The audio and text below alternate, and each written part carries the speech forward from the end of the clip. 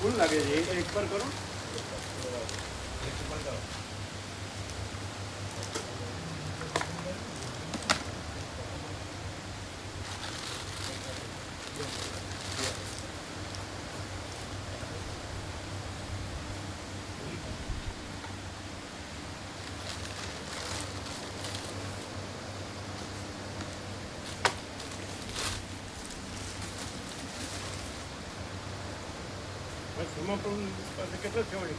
કેટલી સેવા બાકી રહી? બધાની આવી ગઈ. આજે 2 જણની આવી. હા, એટલે કે 48ની આવી, 46ની આવી ગઈ. ના, 44. 44ની હે?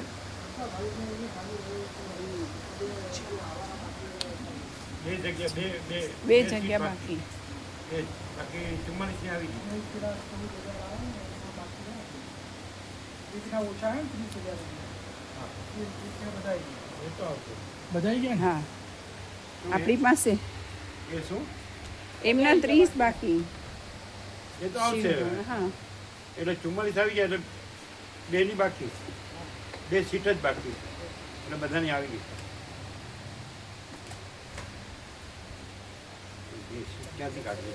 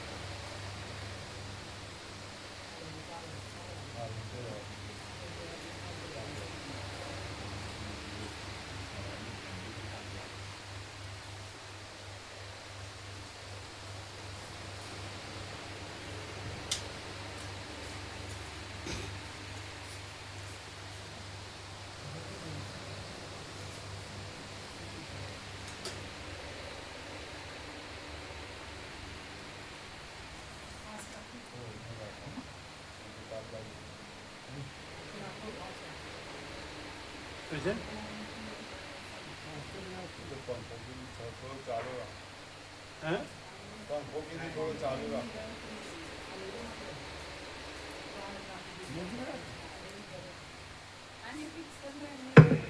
ઓમ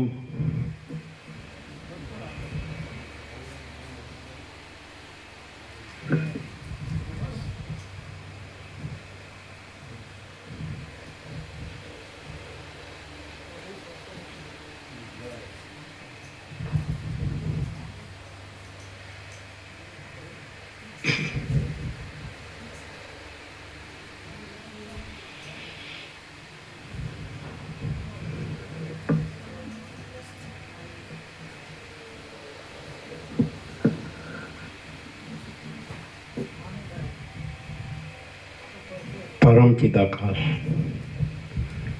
परम ज्योति, अखंड ज्योति, महाचिदाकाश, स्वयं प्रकाश, संपूर्ण प्रकाश, पूर्ण ब्रह्म, अनंत तेजगण, अनंत चितगण, परमाकाश, केवल अनंत शुद्ध तेजघन, परमाकाश, अखिलात्मा, पूर्ण ब्रह्म, परमात्मा, परम चिदाकाश, परम ज्योति, अखंड ज्योति,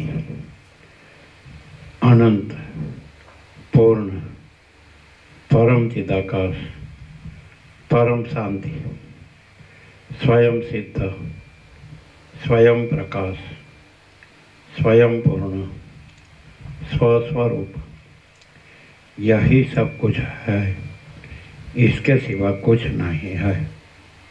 શૂન્યભાસ અનંત કોટી મહાકલ્પો હાય હી નહીં મહાચિદાકાશ સ્વયં પ્રકાશ સંપૂર્ણ પ્રકાશ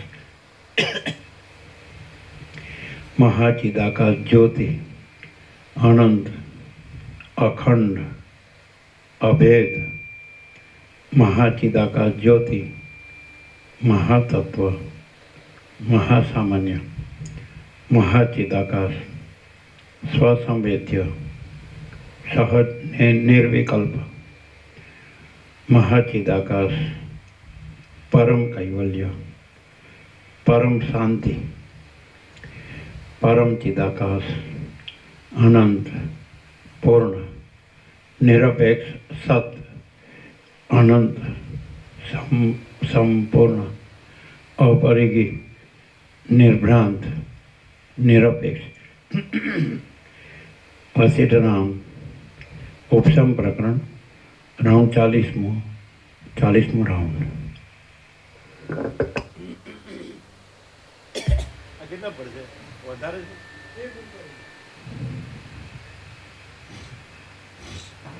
દૂર રાખી લો, દૂર હે? દૂર કરીએ જલ્દી લાગે. ના ભલે ચાલો. આદ્ય પરબ્રહ્મ સદગુરુ દેવ કી જય. ઓમ શ્રી પરમાત્મને નમઃ. સદગ્રંથોમાં શિરોમણી શ્રી યોગ વાસિષ્ઠ મહારામાયણ ઉપશમ પ્રકરણ સર્ગ 15મો, પેજ નંબર 582. Page number 582, સર્ગ 15મો. સર્વ અનર્થનું બીજ તૃષ્ણા છે. આ 15મા સર્ગમાં મનપણાને પામેલો આત્મા તૃષ્ણાથી જ બંધાય છે. એટલા માટે સઘળા અનર્થોના બીજરૂપ તૃષ્ણાનું જ વિચિત્ર વર્ણન કરવામાં આવશે.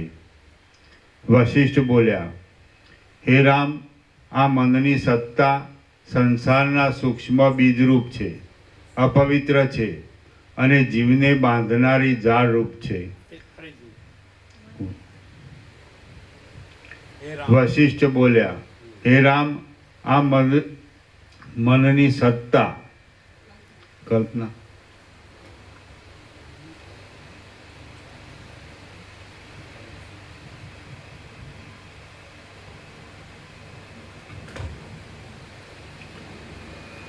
વશિષ્ઠ બોલ્યા, હે રામ, આ મનની કલ્પના સંસારના સૂક્ષ્મ બીજરૂપ છે, અપવિત્ર છે અને જીવને બાંધનારી ઝાડરૂપ છે. તેને અનુસરવાથી આત્મા પોતાના બ્રહ્મરૂપપણાને ભૂલીને મલિન જ્ઞાનને પ્રાપ્ત થયો છે.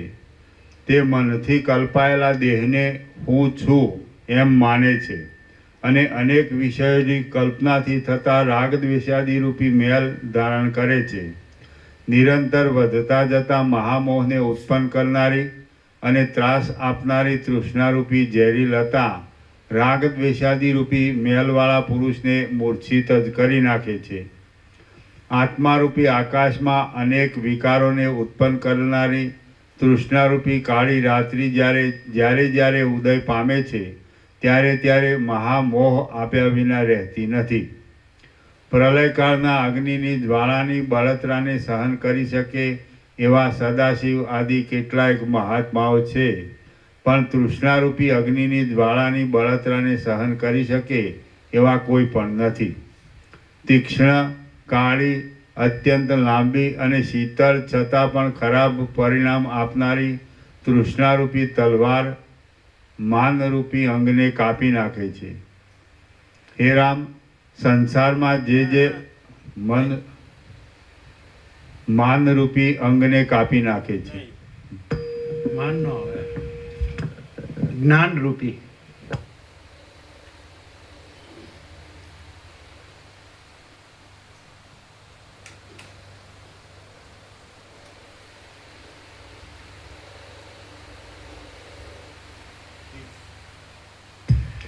તીક્ષ્ણ, કાળી અત્યંત લાંબી અને શીતળ છતાં પણ ખરાબ પરિણામ આપનારી તૃષ્ણારૂપી તલવાર જ્ઞાનરૂપી અંગને કાપી નાખે છે. હે રામ, સંસારમાં જે અંત વિનાના ન અટકાવી શકાય એવા અને અત્યંત વધારાવાળા દુઃખો છે તે સગળા તૃષ્ણારૂપી લતાના ફળ છે. માણસોના મનરૂપી ગુફામાં રહેનારી આ તૃષ્ણા અદૃશ્ય રહીને જ માણસોના શરીરોમાંથી માંસને, અસ્થિઓને તથા રુધિર આદિને ખાયા કરે છે. માટે એ વરુણા જેવી છે. તૃષ્ણારૂપી મેલી ચોમાસાની નદી ક્ષણ માત્રમાં વધી જાય છે, ક્ષણ માત્રમાં શૂન્ય થઈ જાય છે અને પોતામાં પડેલા માણસને તરત તાણી પછાડીને ફાડી નાખે છે. તૃષ્ણારૂપી વાઈથી પછડાયેલો પુરુષ રાંક થઈ જાય છે, બોઠો પડી જાય છે, શક્તિ વિનાનો થઈ જાય છે, નીચપણાને પ્રાપ્ત થાય છે, ભાવ વિનાનો થઈ જાય છે, રડે છે અને પડી જાય છે.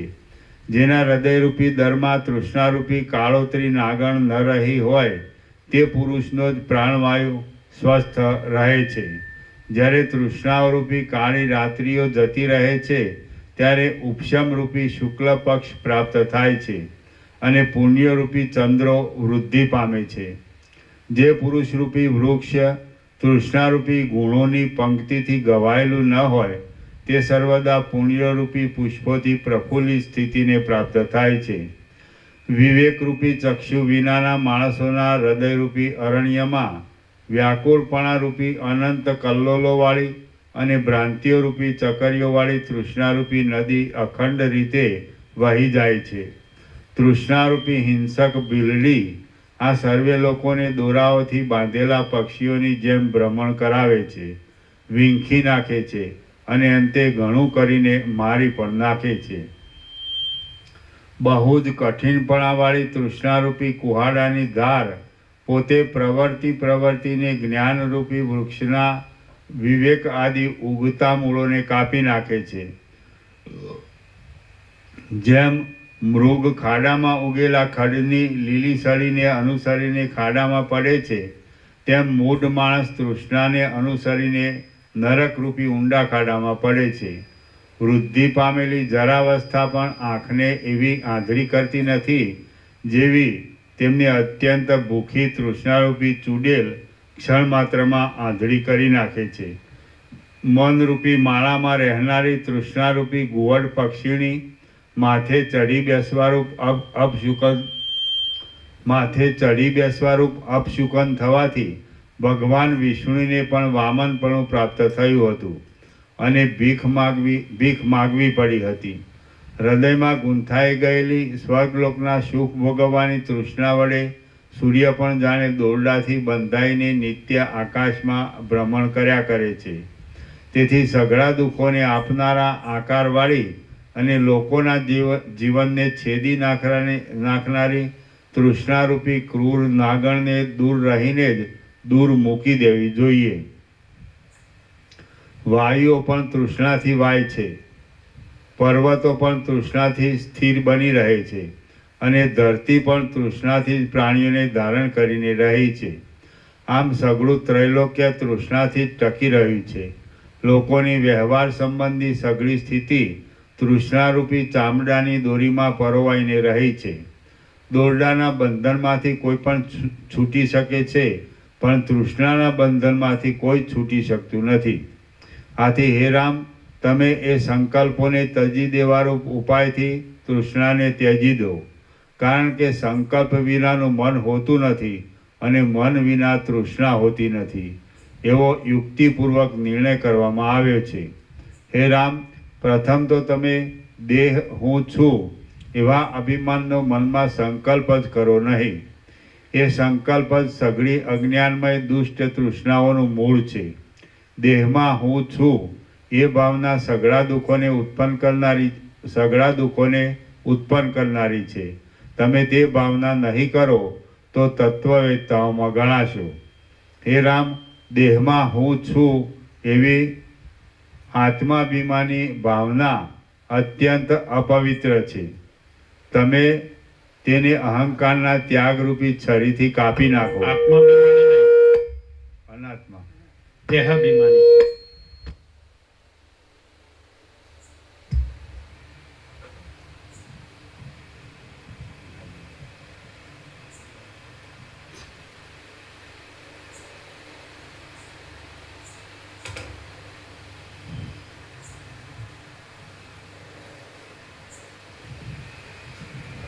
દેહમાં હું છું એ ભાવના સઘળા દુઃખોને ઉત્પન્ન કરનારી છે. તમે તે ભાવના નહીં કરો તો તત્વવેત્તાઓમાં ગણાશો. હે રામ, દેહમાં હું છું એવી દેહાભિમાની ભાવના અત્યંત અપવિત્ર છે. તમે તેને અહંકારના ત્યાગરૂપી છરીથી કાપી નાખો અને સંસારની નિવૃત્તિની ભૂમિકામાં સઘળી રીતે નિર્ભયપણાથી રહો. શ્રી યોગ વાસિષ્ઠ મહારામાયણમાં ઉપશમ પ્રકરણનો તૃષ્ણા વર્ણન નામનો સર્ગ 15મો સમાપ્ત. સર્ગ 16મો. વાસનાક્ષયના ધ્યેય જ્ઞેય એ બે ભેદ અને જીવન મુક્ત તથા વિદેહ મુક્તનું લક્ષણ. આ 16મા સર્ગમાં ધ્યેય અને જ્ઞેય એમ બે પ્રકારનો વાસનાનો ત્યાગ કહેવામાં આવશે અને તે કહેવાના સંબંધમાં જીવન મુક્તોનું તથા વિદેહ મુક્તોનું લક્ષણ કહેવામાં આવશે. રામ બોલ્યા, હે ભગવાન, આપ મને કહો છો કે તમે અહંકાર તૃષ્ણાને ત્યજી દો, તો આપનું એ વચન સ્વાભાવિક રીતે ગંભીર લાગે છે. હું જો આપના અભિમાનથી અહંકારને ત્યજી દઉં તો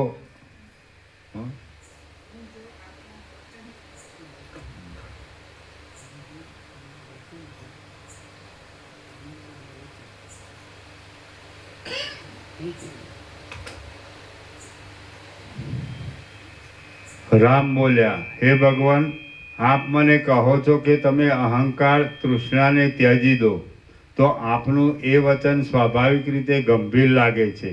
હું જો આપના વચનથી અહંકારને ત્યજી દઉં તો પછી મારે આ દેહ બ્રહ્મના બાંધો સંપૂર્ણ રીતે ત્યજી જ દેવો પડે. આ દેહ બ્રહ્મનો બાંધો સંપૂર્ણ રીતે ત્યજી દેવો જ પડે. અહંકાર ન હોય તો શરીર જીવતું રહેવાનો સંભવ જ નથી. જેમ મૂળમાં બાંધેલો મોટો ઓટલો ઝાડને ધારણ કરી રાખે છે, તેમ અહંકાર જ દેહને ધારણ કરી રાખે છે. જેમ કરવતથી મૂળ કપાઈ જાય તો મોટા વૃક્ષ પણ વિનાશ પામે છે, તેમ અહંકારનો નાશ થાય તો દેહ પણ અવશ્ય વિનાશ પામે. હે વક્તાઓમાં ઉત્તમ વશિષ્ઠ મુનિ, આ અહંકાર મારે કેવી રીતે છોડવો અને છોડ્યા પછી હું કેવી રીતે જીવવું, એ વિષયનું આપ નિશ્ચયપૂર્વક મારી પાસે નિરૂપણ કરો. વશિષ્ઠ બોલ્યા, હે કમળ સરખા નેત્રોવાળા રામ, હે માનદાતા, વિદ્વાન લોકોએ સર્વ શાસ્ત્રોમાં ધ્યેય અને જ્ઞેય એમ બે પ્રકારનો વાસનાનો ત્યાગ કહેલો છે.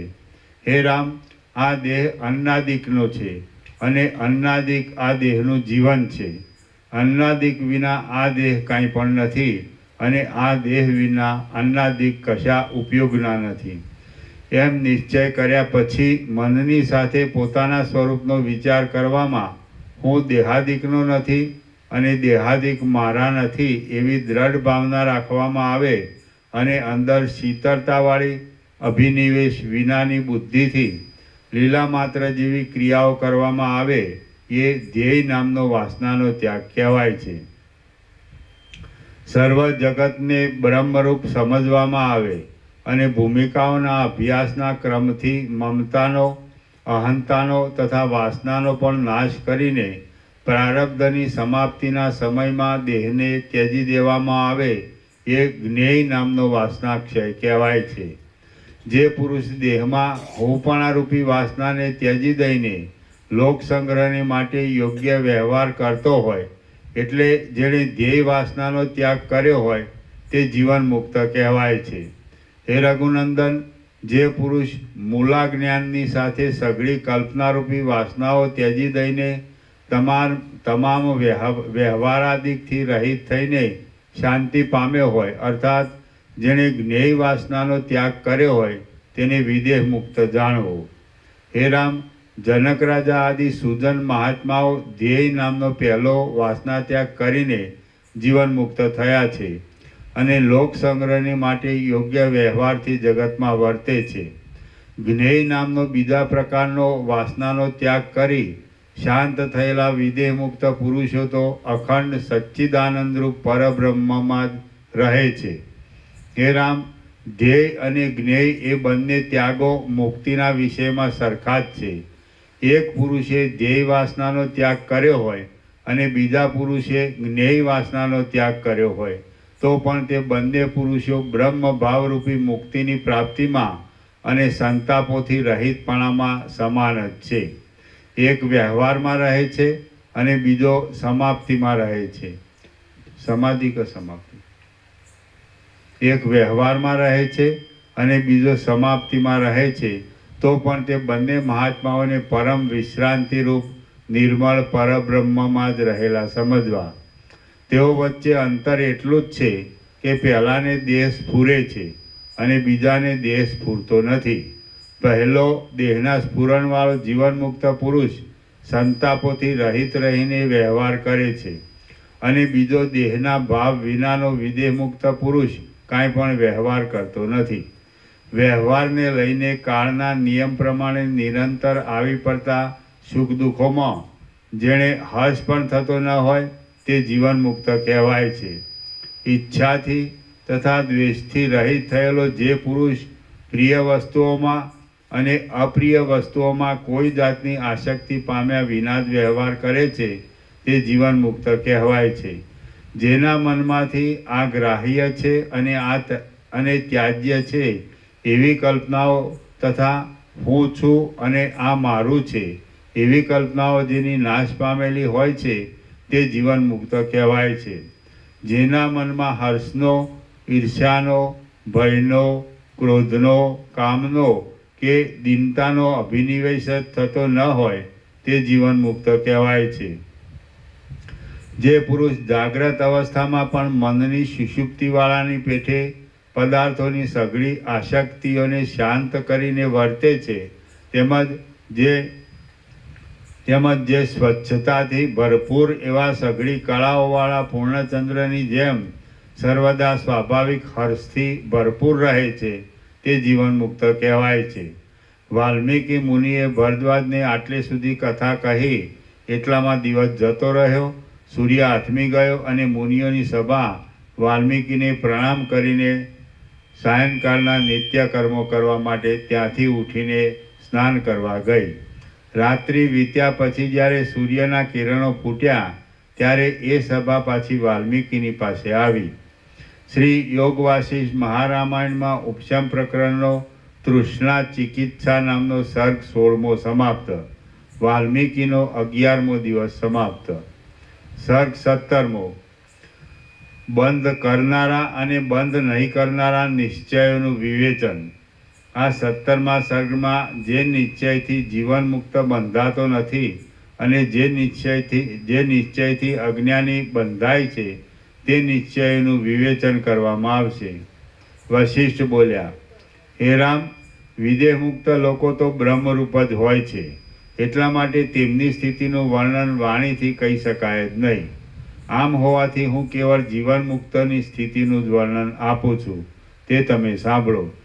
તે કર્મોના ફળોની ઈચ્છા રાખ્યા વિના કેવળ લોક સંગ્રહ કરવાની શુદ્ધ તૃષ્ણાથી જ તે વર્ણાશ્રમોને અનુસરતા કર્મો કરવામાં આવે એ જીવન મુક્તપણું કહેવાય છે. સંસારને સાચો સમજી ભોગ ભોગવવામાં ઉત્સાહ બંધાવનારી તૃષ્ણાથી કર્મોમાં પ્રવર્તવું એ જ બંધ છે અને એ જ સંસારની દ્રઢ બેડી છે એમ આચાર્યો કહે છે. મનમાંથી સંકલ્પોનો ત્યાગ કરીને લોક સંગ્રહ કરવાના પ્રયોજનને લીધે બહારથી જ કર્મ કરવાની તૃષ્ણા રાખવામાં આવે એ જીવન મુક્તનું લક્ષણ છે. હે રામ, વિષયોમાં જે લંપટતા અને તૃષ્ણા વધતી જતી હોય તે બંધનરૂપ છે. ત્યારે સઘળા વિષયોમાં લંપટતા વિનાની અને કેવળ લોકોમાં સમાધાન રાખવા માટે વ્યવહારને અનુસરવાની જે તૃષ્ણા હોય તે જીવન મુક્તનું અંગ છે એમ સમજવું. જે તૃષ્ણા રાખવામાં વિષયોની પ્રાપ્તિમાંથી પહેલાં પણ રાગ આદિ દુઃખો ઉત્પન્ન થાય નહીં અને વિષયોની પ્રાપ્તિના સમયમાં પણ હર્ષાદિક ઉત્પન્ન થાય નહીં. તે તૃષ્ણા બંધન કરનારી થતી નથી. હે મહાબુદ્ધિમાન રામ, અમુક વસ્તુ મળે તો ઠીક, એવી મનમાં ભાવનારૂપી જે તૃષ્ણા થાય તે તૃષ્ણાને સંસારની સાકળરૂપી અને દુષ્ટ કલ્પનારૂપી સમજો. એ બંધનરૂપી તૃષ્ણા મળી શકે અને ન મળી શકે એવા પદાર્થોમાં પણ સર્વદા થાય છે. તેને છોડી દઈને અત્યંત પ્રૌઢ થયેલો મોટા મનવાળો પુરુષ જીવન મુક્તિના પદને પ્રાપ્ત થાય છે. હે રામ, તમે દેહની આશાને, મોક્ષની આશાને, સુખ દુઃખોની આશાને અને બીજી પણ એવી નાની મોટી આશાઓને ત્યજી દઈને તોફાન વિનાના સમુદ્રની જેમ સ્થિર રહો. હે બુદ્ધિમાન, પુરુષોમાં ઉત્તમ આત્મા જરાથી તથા મરણથી રહિત છે એવો નિશ્ચય કરીને તમે મનને જરાની તથા મરણની શંકાઓથી મેલું કરો નહીં. આ જે દ્રશ્ય પદાર્થો છે તેમને તમારો સંબંધ નથી અને તમને દ્રશ્ય પદાર્થોનો સંબંધ નથી, કારણ કે દ્રશ્ય પદાર્થો રજ્જુમાં કલ્પાયેલા સર્પની જેમ તુચ્છ છે અને તમે સર્વથી ન્યારા અસંગ પરમાત્મા છો.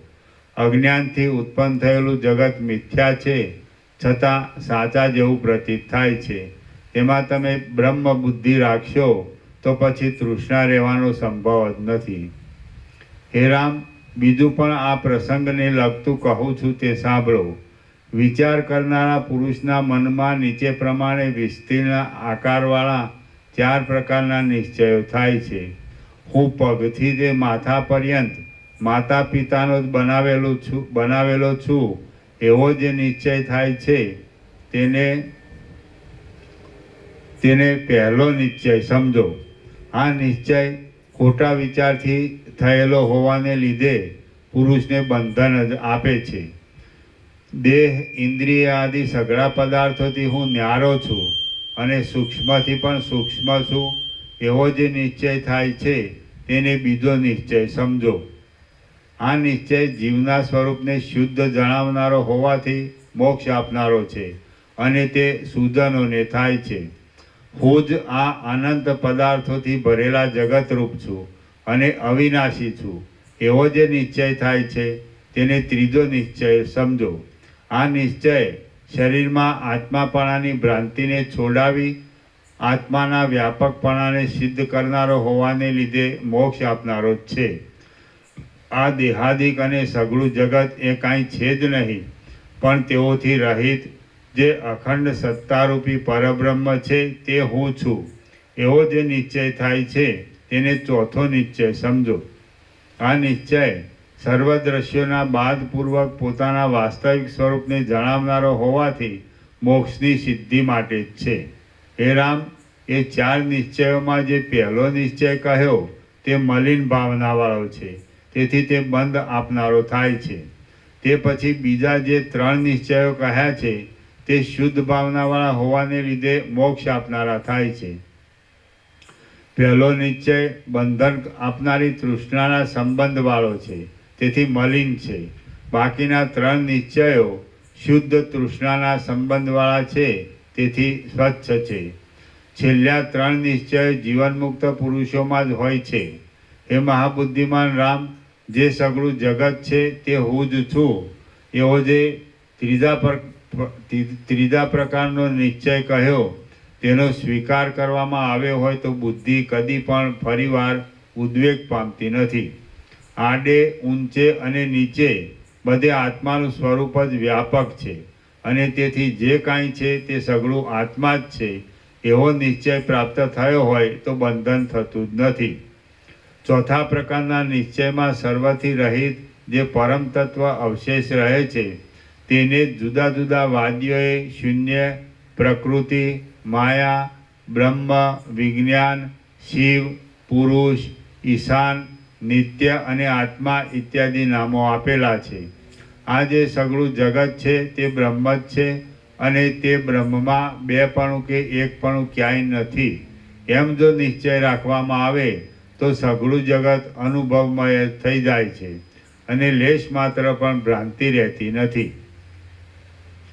જેમ અતિ વિસ્તીર્ણ આકારવાળો સમુદ્ર પાતાળ પર્યંત જળથી જ ભરપૂર છે, તેમ બ્રહ્માથી તે થોબડા સુધીનું જગત આત્માથી જ ભરપૂર છે. જે બ્રહ્મ છે એ જ સત્ય છે અને નિત્ય છે. બ્રહ્મથી જુદું જગતનું રૂપ ક્યાંય નથી જ.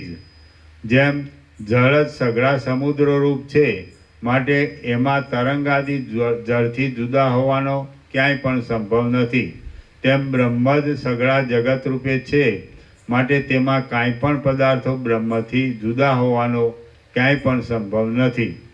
જેમ કડા, બાજુબંધ અને ઝાંઝર આદિ પદાર્થો સુવર્ણથી જુદા નથી, અને જેમ ઝાડ તથા ખડ આદિ કરોડો પદાર્થો પૃથ્વીમાં જુદા નથી, તેમ જગત સંબંધી કોઈપણ પદાર્થો બ્રહ્મથી જુદા નથી. દ્વૈત રહિત એક પરમાત્મા જ માયાની લીલાથી જગત રૂપે બનીને એકપણા તથા બેપણા આદિ ભેદોથી પ્રતીત હોય છે. વાસ્તવિક રીતે જોઈએ તો બ્રહ્મમાં જેમ બેપણું નથી, તેમ એકપણું પણ નથી. કારણ કે એકપણું પણ બેપણાના નિષેધને માટે કલ્પાયેલું હોવાથી મિથ્યા જ છે. પોતાના ને પરાયા પુત્રાદિક અથવા આ સઘળું જગત અથવા કોઈ કાર્ય નષ્ટ થઈ જાય અથવા વૃદ્ધિ પામે તો પણ તમે તેમાં સુખ દુઃખનું ગ્રહણ કરો નહીં. તમે બ્રહ્મરૂપ જ છો. તમે તમારા મનમાં સઘળું જગત બ્રહ્મ જ છે એવી દ્રઢ અદ્વૈતની ભાવના રાખો, અને બહાર વ્યવહારમાં વર્ણાશ્રમના ધર્મોની વ્યવસ્થા માટે લોકરીતિને અનુસરીને અદ્વૈતનો અનાદર પણ કરો. એટલે એ રીતે દ્વૈતાદ્વૈતમય થઈને રહો. ભયંકર સંસારની ભૂમિકાઓ જુદી જુદી યોનિઓ ઉત્પાતોથી જ ભરપૂર છે. જેમ ઊંડી ખાડોમાં હાથી પડે છે, તેમ તમે તેમાં પડો નહીં. જેમ હાથી વંટોળિયાના વાયુથી પરવશ થઈને ઊંડી ખાડોમાં પડે છે, તેમ જીવ સંસારની ભાવનાથી પરવશ થઈને જુદી જુદી યોનિઓમાં પડે છે. હે મહાત્મા રામ, આત્મામાં દ્વૈત સાચું સંભવતું નથી, કેમ કે તે મનથી જ કલ્પાયેલું છે. તેમ આત્મામાં એકપણારૂપી સંખ્યા પણ સાચી સંભવતી નથી, કેમ કે તે પણ બેપણાનો નિષેધ કરવા માટે જ કલ્પાયેલા હોવાથી દ્વૈતરૂપ જ છે. જેને પોતાની સિદ્ધિમાં કોઈની પણ અપેક્ષા નથી, એવું સર્વદા સત્ય સ્વયં પ્રકાશ આત્માનું સ્વરૂપ એકતાથી રહિત છે, માટે સર્વરૂપ પણ છે, અને દ્વૈત બેપણાથી રહિત છે, માટે કોઈ પણ નથી એમ કહેવાય છે. આ દેહાદિક પણ નથી જ અને જગત પણ નથી જ, પરંતુ જે કાંઈ છે તે સઘળું નિર્વિકાર જ્ઞાન માત્ર બ્રહ્મ જ છે. આ જગત જે પ્રત્યક્ષ દેખાય છે તે તો બ્રહ્મના સાક્ષાત્કાર માત્રથી શાંત થઈ જનારું છે, માટે તે સત પણ નથી અને અસત પણ નથી, પરંતુ તે અનિર્વચનીય છે એમ તમે જાણો. સર્વથી પર, મરણથી રહિત, જન્મથી રહિત, સૂર્યાદિ સઘળા પ્રકાશકોનું પણ પ્રકાશક, જરાથી રહિત, પરમ આનંદ સ્વરૂપ, જેને મન પહોંચતું નથી એવું, વિભાગો વિનાનું, વિકારોથી રહિત, ઇન્દ્રિયોના સમૂહથી રહિત, સર્વને જીવન આપનારા પ્રાણને પણ જીવન આપનારું, સઘળી કલ્પનાઓથી રહિત, કારણોનું પણ કારણ, નિરંતર સ્વયં પ્રકાશ, સર્વનો અધિષ્ઠાન, અતિ વિસ્તીર્ણ ચૈતન્ય સ્વરૂપમાં જ રહેલું, સઘળા અનુભવોના મૂળરૂપ, તે તું છે એવી રીતે અપરોક્ષપણાથી ઉપદેશ કરવા યોગ્ય ત્રણેય કાળમાં અબાધિત અને અનુભવરૂપ જે બ્રહ્મ છે તે જ તમે છો. તે જ હું છું અને તે જ આ સઘળું જગત છે. એથી જુદું કાંઈ પણ નથી. હે રામ, આવી રીતનો નિશ્ચય તમારા અંતઃકરણમાં સર્વદા વૃદ્ધિ પામેલો રહેજો. સર્ગ 17મો સમાપ્ત. સર્ગ 18મો. સંસારમાં રહેતો જ્ઞાની સંસારના દુઃખોથી પીડાતો નથી. આ 18મા સર્ગમાં જે સ્થિતિથી રહેનારો વિદ્વાન સંસારમાં પીડાય નહીં તે સ્થિતિ વિસ્તારથી કહેવામાં આવશે. વશિષ્ઠ બોલ્યા, હે રામ, સમાહિત મનવાળા અને કામ, લોભ આદિ કુદ્રષ્ટિઓથી દૂષિત નહીં થયેલા જીવનમુક્ત લોકો આ સંસારમાં લીલાથી વિચરે છે. તેમનો સ્વભાવ નીચે પ્રમાણે હોય છે. જીવન મુક્ત થયેલો પુરુષ સંસારમાં વ્યવહાર કરવા છતાં પણ આદિમાં જન્માદિક દુઃખોરૂપી, મધ્યમાં રોગ આદિ દુઃખોરૂપી અને અંતમાં મરણ આદિ દુઃખોરૂપી અત્યંત નિસારપણાવાળી જગત સંબંધી ગતિઓને હસવા યોગ્ય ગણે છે. જીવન મુક્ત પુરુષ પ્રાપ્ત થયેલા સર્વ ઉચિત કાર્યો કર્યા કરતો હોય છે.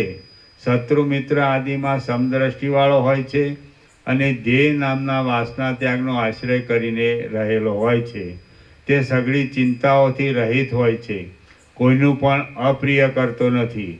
વિવેકરૂપી પ્રકાશથી આત્મ સ્વરૂપને જોયા કરે છે અને પ્રબોધરૂપી ઉપવનમાં રહે છે. તે સર્વથી ન્યારા પરબ્રહ્મરૂપી પદને અવલંબે છે. પૂર્ણિમાના ચંદ્ર જેવા શીતળ અંતઃકરણવાળો હોય છે. દુઃખથી ખેદ પામતો નથી અને સુખથી પ્રસન્ન થતો નથી.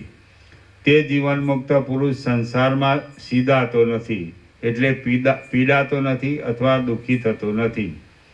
તે જીવન મુક્ત પુરુષ સંસારમાં સીધાતો નથી. સઘળા શત્રુઓના મધ્યસ્થ રીતે રહેનારો, દયાવાળો, ચાતુરીવાળો અને પૂજ્ય લોકોના સમયોચિત કાર્ય કરી આપનારો જીવન મુક્ત પુરુષ સંસારમાં સીધાતો નથી. જીવન મુક્ત પુરુષ કોઈની પ્રશંસા કરતો નથી, કોઈનો દ્વેષ કરતો નથી, કોઈનો શોક કરતો નથી, કશું ઈચ્છતો નથી.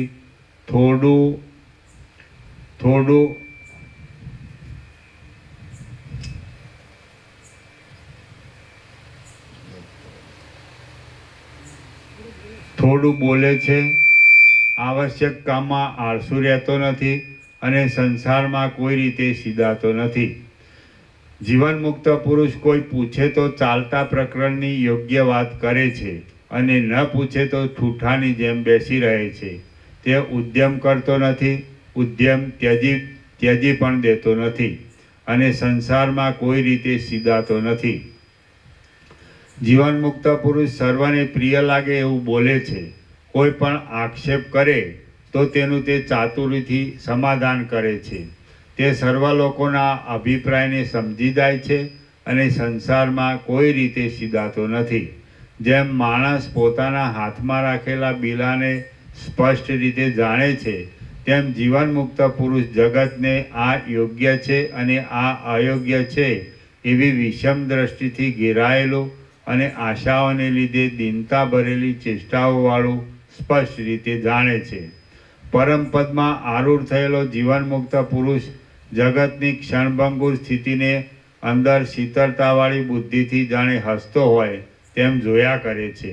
હે રામ, મનને જીતનારા અને વ્યવહારમાં રહેવા છતાં આત્માનું અનુસંધાન કર્યા કરતા મહાત્માઓનો સ્વભાવ આવો હોય છે. એ મેં તમને કહી સંભળાવ્યું. પોતાના મનને નહીં જીતનારા અને ભોગરૂપી કાદવમાં ખૂંચી રહેલા મૂર્ખ લોકોના સ્વભાવો તો બહુ વિચિત્ર હોય છે. માટે તે સ્વભાવોનું અમે પૂરેપૂરું વર્ણન કરી શકીએ એમ નથી અને એ સ્વભાવો પૂરેપૂરા અમારા જાણવામાં પણ નથી. મૂર્ખ લોકોને ઘણું કરીને સ્ત્રીઓ ઉપર અને ધન ઉપર વધારે પ્રેમ હોય છે. મૂર્ખ લોકોને ઘણું કરીને સ્ત્રીઓ ઉપર અને ધન ઉપર વધારે પ્રેમ હોય છે. માટે સ્ત્રીઓની અને ધનની દુષ્ટતા વિશે કહું છું તે તમે સાંભળો. વિવેકના અભાવને લીધે, પૂર્વજન્મના પુણ્યનો નાશ થવાને લીધે અને ભવિષ્યના પુણ્યોમાં પ્રતિબંધ આવવાને લીધે જ સ્ત્રીઓ રૂપાળી અને શણગારેલી લાગે છે. વાસ્તવિક રીતે જોઈએ તો એ સ્ત્રીઓ નરકના અગ્નિઓની સુવર્ણ જેવી જ્વાળાઓ જ છે. ધન પણ પોતાના સંપાદનમાં, રક્ષણમાં, ખર્ચમાં તથા નાશમાં અપાર પરિશ્રમ આપે છે. અધર્મોના સમૂહોને ઉત્પન્ન કરાવે છે. કજિયા આદિ અનેક અનર્થોથી ખરાબી કરે છે. દુઃખના વેગને જ આપે છે અને ચારે બાજુથી વિપત્તિઓને જ મોકલ્યા કરે છે. મૂર્ખ લોકો જે યજ્ઞ આદિ કર્મો કરે છે તે કર્મો પણ સકામ જ હોય છે. દંભ આદિથી તથા અનેક પ્રકારના દુરાચારોથી ભરેલા હોય છે અને તેથી વારંવાર પુનર્જન્મ આદિના સુખ દુઃખો ભોગવ્યા કરે છે. આ પ્રમાણે મૂર્ખ લોકોના સ્વભાવ બહુ વિચિત્ર હોય છે. એટલા માટે અમે તેમનું સંપૂર્ણ વર્ણન આપી શકતા નથી. હે રામ, તમે ધ્યેય નામના વાસનાના ત્યાગથી વિલાસ પામનારી પૂર્ણ દ્રષ્ટિનો આશ્રય લ્યો અને જીવન મુક્તપણાથી સ્વસ્થ રહીને લોકમાં વિહાર કરો. હે રામ, તમે મનમાંથી સઘળી આશાઓને, રાગદ્વેષને તથા વાસનાઓને ત્યજી દો અને બહારથી સઘળા વ્યવહારને યોગ્ય આચરણો કરતા રહી લોકમાં વિહાર કરો. હે રામ, તમે મનથી સર્વનો ત્યાગ કરી પ્રૌઢ થઈને બહારથી વર્ણાશ્રમના સદાચારો પાળો. લોકોને સંતોષ આપવા માટે તેમની પદ્ધતિને પણ યોગ્ય રીતે અનુસરો અને નિર્લેપ રહીને જગતમાં વિહાર કરો. હે રામ, સંસારની દશાઓનો તથા જ્ઞાનની ભૂમિકાઓનો સંપૂર્ણ રીતે વિચાર કરીને જે ઉત્તમ પદ છે તેનું જ તમે ભાવનાથી અવલંબન કરો અને જગતમાં વિહાર કરો. હે રામ, તમે મનમાં આશાઓથી રહિત રહો અને બહારથી આશાવાળાના જેવી ચેષ્ટાઓ કરો. તમે મનમાં અત્યંત શીતળ રહો અને બહાર જાણે ધનાદિકના નાશથી તપતા હો એવો દેખાવ આપો. આમ તમે જગતમાં નિર્લેપપણાથી વિહાર કરો. હે રામ, તમે મનમાં કોઈ જાતનો ક્રોધ આદિનો વેગ રાખો નહીં, પણ બહારથી ક્રોધ આદિનો કૃત્રિમ વેગ દેખાડો. તમે મનમાં અકર્તા રહો, બહાર કરતા રહો અને નિર્લેપ રહીને જગતમાં વ્યવહાર કરો. હે રામ, તમે વ્યવહાર દ્રષ્ટિથી તથા પરમાર્થ દ્રષ્ટિથી સર્વ પદાર્થોમાં જે કાંઈ સાર અસારપણાનો ફેરફાર છે તેને જાણી ચૂક્યા છો. માટે હવે જેમ તમને યોગ્ય લાગે તેમ જગતમાં સારા વ્યવહારથી વર્તો. હે રામ, તમે મનમાં વ્યવહારના અભિનિવેશથી અત્યંત રહિત રહીને બહારથી કૃત્રિમ શોકને, કૃત્રિમ ઉદ્વેગને, કૃત્રિમ નિંદાને અને બીજા કાર્યોના પણ તે કૃત્રિમ વેગોને દેખાડતા રહી જગતમાં નિર્લેપપણાથી વિહાર કરો. હે રામ, તમે અહંકારનો ત્યાગ કરીને બુદ્ધિને અત્યંત ધીરજ ભરેલી રાખી અને આકાશની પેઠે નિર્લેપ રહીને કોઈ પણ જાતના કલંકનો ડાઘ ન લાગે એવી રીતે જગતમાં વ્યવહાર કરો. હે રામ, તમે મનમાં સઘળા આશાઓરૂપી પાશોથી છૂટા રહી સર્વ પ્રકારની વૃત્તિઓમાં સમાન બુદ્ધિ રાખી અને બહારથી વર્ણાશ્રમ સંબંધી તથા રાજ્ય સંબંધી ચાલતા કાર્યોમાં તત્પર રહીને નિર્લેપપણાથી જગતમાં વિહાર કરો. વાસ્તવિક વિચાર કરતાં કોઈ પ્રાણીને બંધન પણ થયું નથી અને બંધન નહીં હોવાને લીધે મોક્ષ પણ થતો નથી. આ સંસારની સઘળી સ્થિતિ ઇન્દ્રજાળની શોભાની પેઠે મિથ્યા જ છે. હે રામ, જેમ તીવ્ર તડકામાં મોટા પૂરવાળું ઝાંઝવાનું જળ મોહથી જ જોવામાં આવે છે તેમ આ સઘળું જગત મોહથી જ દેખાય છે. જેમ ઝાંઝવાનું પાણી ભ્રાંતિ માત્ર જ છે તેમ આ જગત પણ ભ્રાંતિ માત્ર જ છે. આત્મા બંધનના સંભવ વિનાનો છે, એકરૂપ છે અને સર્વમાં વ્યાપક છે. તેને બંધ થવો કેમ સંભવે? આમ બંધ સંભવતો નથી તો મોક્ષ પણ કોનો કરવામાં આવે? જેમ રજ્જુમાં અજ્ઞાનથી થયેલી સર્પરૂપી ભ્રાંતિ રજ્જુના જ્ઞાનથી નાશ પામી જાય છે, તેમ આત્મામાં અજ્ઞાનથી થયેલી આ સંસારરૂપી મોટી ભ્રાંતિ પણ આત્માના યથાર્થ જ્ઞાનથી નાશ પામી જાય છે. તમે એકાગ્રતાવાળી સૂક્ષ્મ બુદ્ધિથી પોતાનું તત્વ જાણી ચૂક્યા છો અને અહંકારથી રહિત થયા છો. માટે આકાશની જેમ નિર્મળ રહો. તમે પૂર્ણ રીતે સમજી શક્યા છો માટે મિત્રોની તથા બાંધવો આદિની સઘળી વાસનાઓને ત્યજી દો. શા માટે ખોટા પદાર્થોની વાસના રાખવી? તમે વાસનાઓથી અલગ રહીને ધૈર્યવાન થયા છો એમ અનુમાન થાય છે. માટે હવે તમારે બ્રહ્મના સાક્ષાત્કારને માટે સૌથી પહેલાં જીવન મુક્તના વ્યવહારથી વર્તવું ઘટે છે. ભોગોથી, બંધુઓથી, બીજા પણ જગત સંબંધી પદાર્થોથી અને શુભાશુભ કર્મોથી આત્માને સંબંધ છે જ નહીં. છતાં તમે તે ભોગ આદિને માટે શા માટે શોક કરો છો? હું કેવળ આનંદ સ્વરૂપ બ્રહ્મ જ છું એવી જો ભાવના થઈ તો પછી તમને ભયની સાથે સંબંધ જ નહીં રહે. હે રામ, તમે જગતરૂપી ભ્રમથી શા માટે ભય પામો છો? હે રામ, તમારા બંધુઓ મિથ્યા હોવાને લીધે મુદ્દલ ઉત્પન્ન થયા નથી. તેઓના સુખ દુઃખની સાથે તમને શો સંબંધ છે કે તમે એ બંધુઓની ચિંતા રાખો છો? તમે પૂર્વજન્મોમાં પણ એના એ હતા, ભવિષ્યના જન્મમાં પણ એના એ હશો અને આ વર્તમાન જન્મમાં પણ એના એ છો. એવો જો તમને નિશ્ચય હોય તો તમે હમણાં આ જન્મના નિકટના બંધુઓને પ્રાણ સમાન ગણીને તેમનો શોક કરો છો.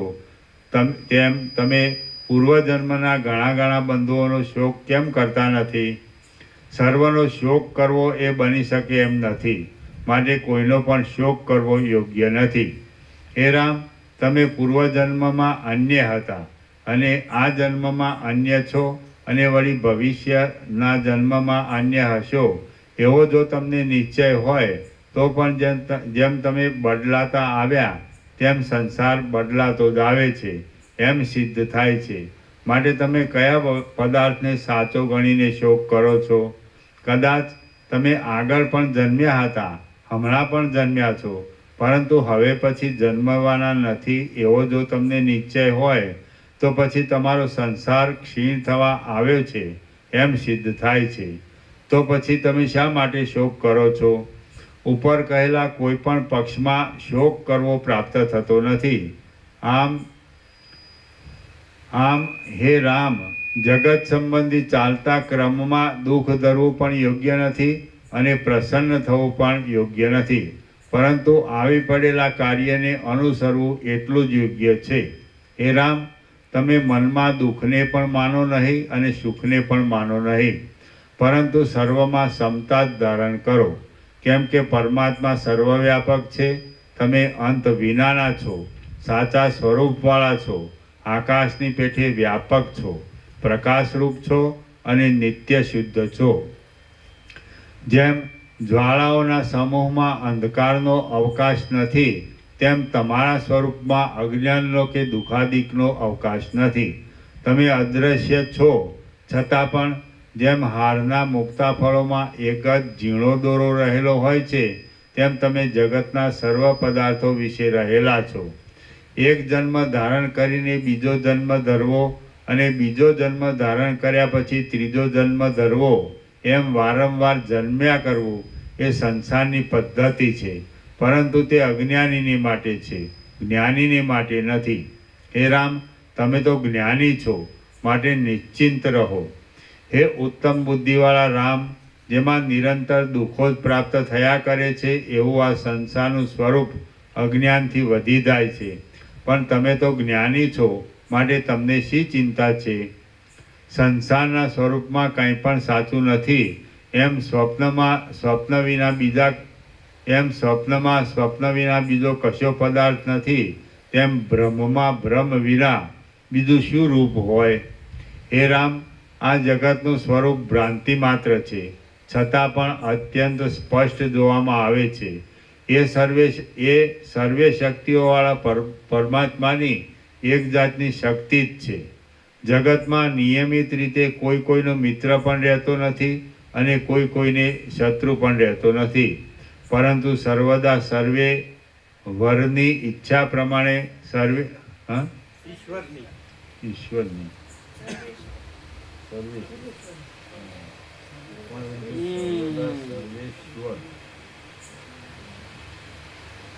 પંખો બંધ કરી દેજો.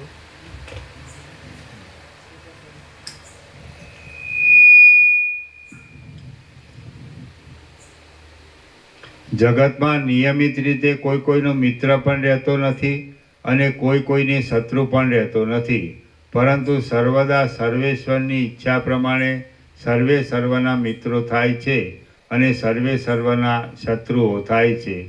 જેમ છેદાઈ જતો, વિંખાઈ જતો અને પરસ્પરના આશ્રયથી રહેતો જળના તરંગોનો સમૂહ નિરંતર ચાલ્યો જ જાય છે, તેમ છેદાઈ જતું, વિંખાઈ જતું અને પરસ્પરના આશ્રયથી રહેતું આ જગત નિરંતર ચાલ્યું જ જાય છે.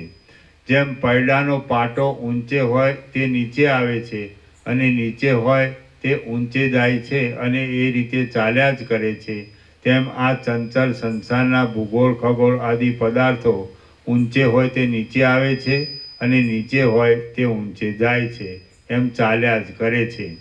સ્વર્ગમાં રહેલા જીવો નરકમાં જાય છે, નરકમાં રહેલા જીવો સ્વર્ગમાં જાય છે, એક યોનિમાં રહેલા જીવો બીજી યોનિમાં જાય છે અને એક દ્વીપમાં રહેલા લોકો બીજા દ્વીપમાં જાય છે. વળી નહીં માગનારા પુરુષો માગનારા થઈ જાય છે અને માગવાની ટેવવાળા પુરુષો ન માગે એવા થઈ જાય છે. આમ ચડતી ઉતરતી સેંકડો દશાઓરૂપી ભ્રાંતિઓમાં સઘળા પ્રાણીઓ ગોથા ખાધા કરે છે. જેમ અગ્નિમાં ક્યાંય હિમનો કણ મળતો નથી, તેમ આ સંસારમાં એક રૂપથી સ્થિર રહેનારો સ્વચ્છ અને સંતાપ વિનાનો કોઈ પદાર્થ ક્યાંય મળતો નથી. જે મોટા ભાગ્યશાળી અને ઘણા બંધુઓવાળા લોકો હોય છે તેઓ પણ કેટલેક દિવસે નષ્ટ થઈ ગયેલા જોવામાં આવે છે. હે રામ, જેમ ચંદ્રમાં બે પાણાનું દર્શન સાચું નથી, તેમ આ સંસારમાં પરાયાપણું, અન્યપણું, તુંપણું અને હુંપણું ઇત્યાદિ વાસનાઓ સાચી નથી. હે રામ, હવે તમારી આ બંધુ છે, આ ઘર છે, આ હું છું અને આ તું છે ઇત્યાદિ મિથ્યા દ્રષ્ટિઓ ગલિત થઈ જાઓ. તમે કશો પણ અભિનિવેશ રાખો નહીં અને કેવળ ક્રીડાને માટે વ્યવહારમાં રહો. તમે શત્રુ મિત્ર આદિની મિથ્યા વાસનાઓને અંતઃકરણમાંથી મૂળ સહિત કાપી નાખો અને બહાર તેવા પ્રકારની કૃત્રિમ વાસનાઓ દેખાડતા લીલાથી વિહાર કરો. હે ઉત્તમ નિયમોવાળા રામ, આ સંસારની પદ્ધતિમાં એવી રીતે વિહાર કરો કે તમે અજ્ઞાની માણસની જેમ વાસનાઓના બોજાથી થાકી જાઓ નહીં. જેમ જેમ વાસનાઓનો ક્ષય કરનારો તમારો આ વિચાર વધતો આવશે, તેમ તેમ વ્યવહાર સંબંધી કાર્યો શાંત થતા જશે. જેઓ હલકા ચિત્તવાળા હોય છે તેઓ જ આ બંધુ છે અને આ બંધુ નથી એવા ભેદવાળી દ્રષ્ટિ રાખે છે. ઉદાર ચિત્તવાળા પુરુષો તો પોતાની બુદ્ધિ આવરણથી રહિત થયેલી હોવાને લીધે સર્વમાં સદ્દૃષ્ટિ જ રાખે છે. જેમાં હું નથી એવું કાંઈ પણ નથી અને જે મારું નથી એવું પણ કાંઈ નથી, એવી રીતે પાકો નિશ્ચય કરી લઈને મહાત્માઓ સર્વત્ર સમદ્રષ્ટિથી જ વર્તે છે. જ્ઞાની પુરુષ સ્વરૂપના જ્ઞાનથી આકાશદા જેવો વ્યાપક હોવાને લીધે અસ્ત પામતો નથી અને ઉદય પામતો નથી. જેમ આકાશમાં રહેલો સૂર્ય હર્ષ તથા શોકના અભિનિવેશથી રહિત રહીને પૃથ્વીને જોયા કરે છે, તેમ આત્મ સ્વરૂપમાં રહેલો પુરુષ હર્ષ શોકના અભિનિવેશથી રહિત રહીને સર્વ જગતને જોયા કરે છે. હે રામ, આ અનાદિ સંસારમાં અનેક યોનિઓમાં તમારા અનેક જન્મો થઈ જવાને લીધે સઘળા પ્રકારની જાતિઓ તમારા બંધુપણાના સંબંધમાં આવી ગયેલી છે. અનુક્રમથી સર્વની સાથે તમારે બંધુપણાનો સંબંધ થઈ ગયો છે. આમ તમારી સાથે બંધુપણાથી જોડાયા વિનાની કોઈ પણ જાતિ નથી. આ જગતમાં વિચિત્ર પ્રકારના કરોડો જન્મોની ગરબડ થયા કરે છે. એમાં આ બંધુ છે અને આ બંધુ નથી એવી જે ભેદ દ્રષ્ટિ થાય છે તે કેવળ ભ્રાંતિની દશાનો ચમત્કાર છે. વાસ્તવિક રીતે જોઈએ તો સઘળું ત્રૈલોક્ય લાંબા કાળથી બંધુ પણ છે અને બંધુ પણ નથી. જીવપણાની દ્રષ્ટિથી બંધુ છે અને બ્રહ્મપણાની દ્રષ્ટિથી બંધુ નથી. શ્રી યોગ વાસિષ્ઠ મહારામાયણમાં ઉપશમ પ્રકરણનો જીવન મુક્ત વર્ણન નામનો સર્ગ 18મો સમાપ્ત. સર્ગ 19મો પુણ્ય અને પાવન નામના બે ભાઈઓનું આખ્યાન. આ 19મા સર્ગમાં પુણ્ય અને પાવન નામના બે ભાઈઓનું આખ્યાન કહેવાશે કે જેમાં પુણ્ય પિતાના શોકથી પીડાયેલા પાવનને બોધ આપ્યો છે. વશિષ્ઠ બોલ્યા, હે રામ, આ પ્રસંગમાં ગંગાના કિનારે રહેનારા પરસ્પર ભાઈઓ એવા બે મુનિપુત્રો વચ્ચેના સંવાદ રૂપે એક જૂનો ઇતિહાસ કહેવામાં આવે છે. હે રામ, આ બંધુ છે અને આ બંધુ નથી એ વાતના પ્રસંગથી મારા સ્મરણમાં આવેલો આ આશ્ચર્યકારક પવિત્ર ઇતિહાસ તમે સાંભળો. આ જંબુદ્વીપના કોઈ ગિરિકુંજમાં મહેન્દ્ર નામનો એક પર્વત છે. તે ઊંચા ઊંચા વનોના સમૂહોથી સુશોભિત છે અને તેના કલ્પવૃક્ષોના વનોની છાયામાં મુનિઓ તથા કિન્નરો વિશ્રાંતિ લે છે. એના શિખરો અત્યંત ઊંચા છે અને તેથી તેણે જાણે મોટા વિસ્તારવાળા સઘળા આકારને વશ પણ કરી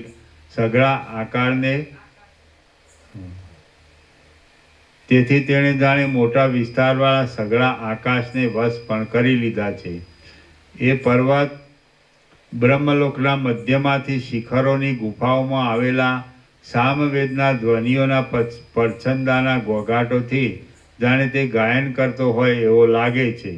એ પર્વતના શિખરોની અણીઓ પર વીજળીઓથી શોભતા અને જળથી અત્યંત ભરેલા કાળા વાદળાઓ જાણે લતાઓના પુષ્પોથી ગૂંથાયેલા તે પર્વતના કેશ હોય એવા લાગે છે.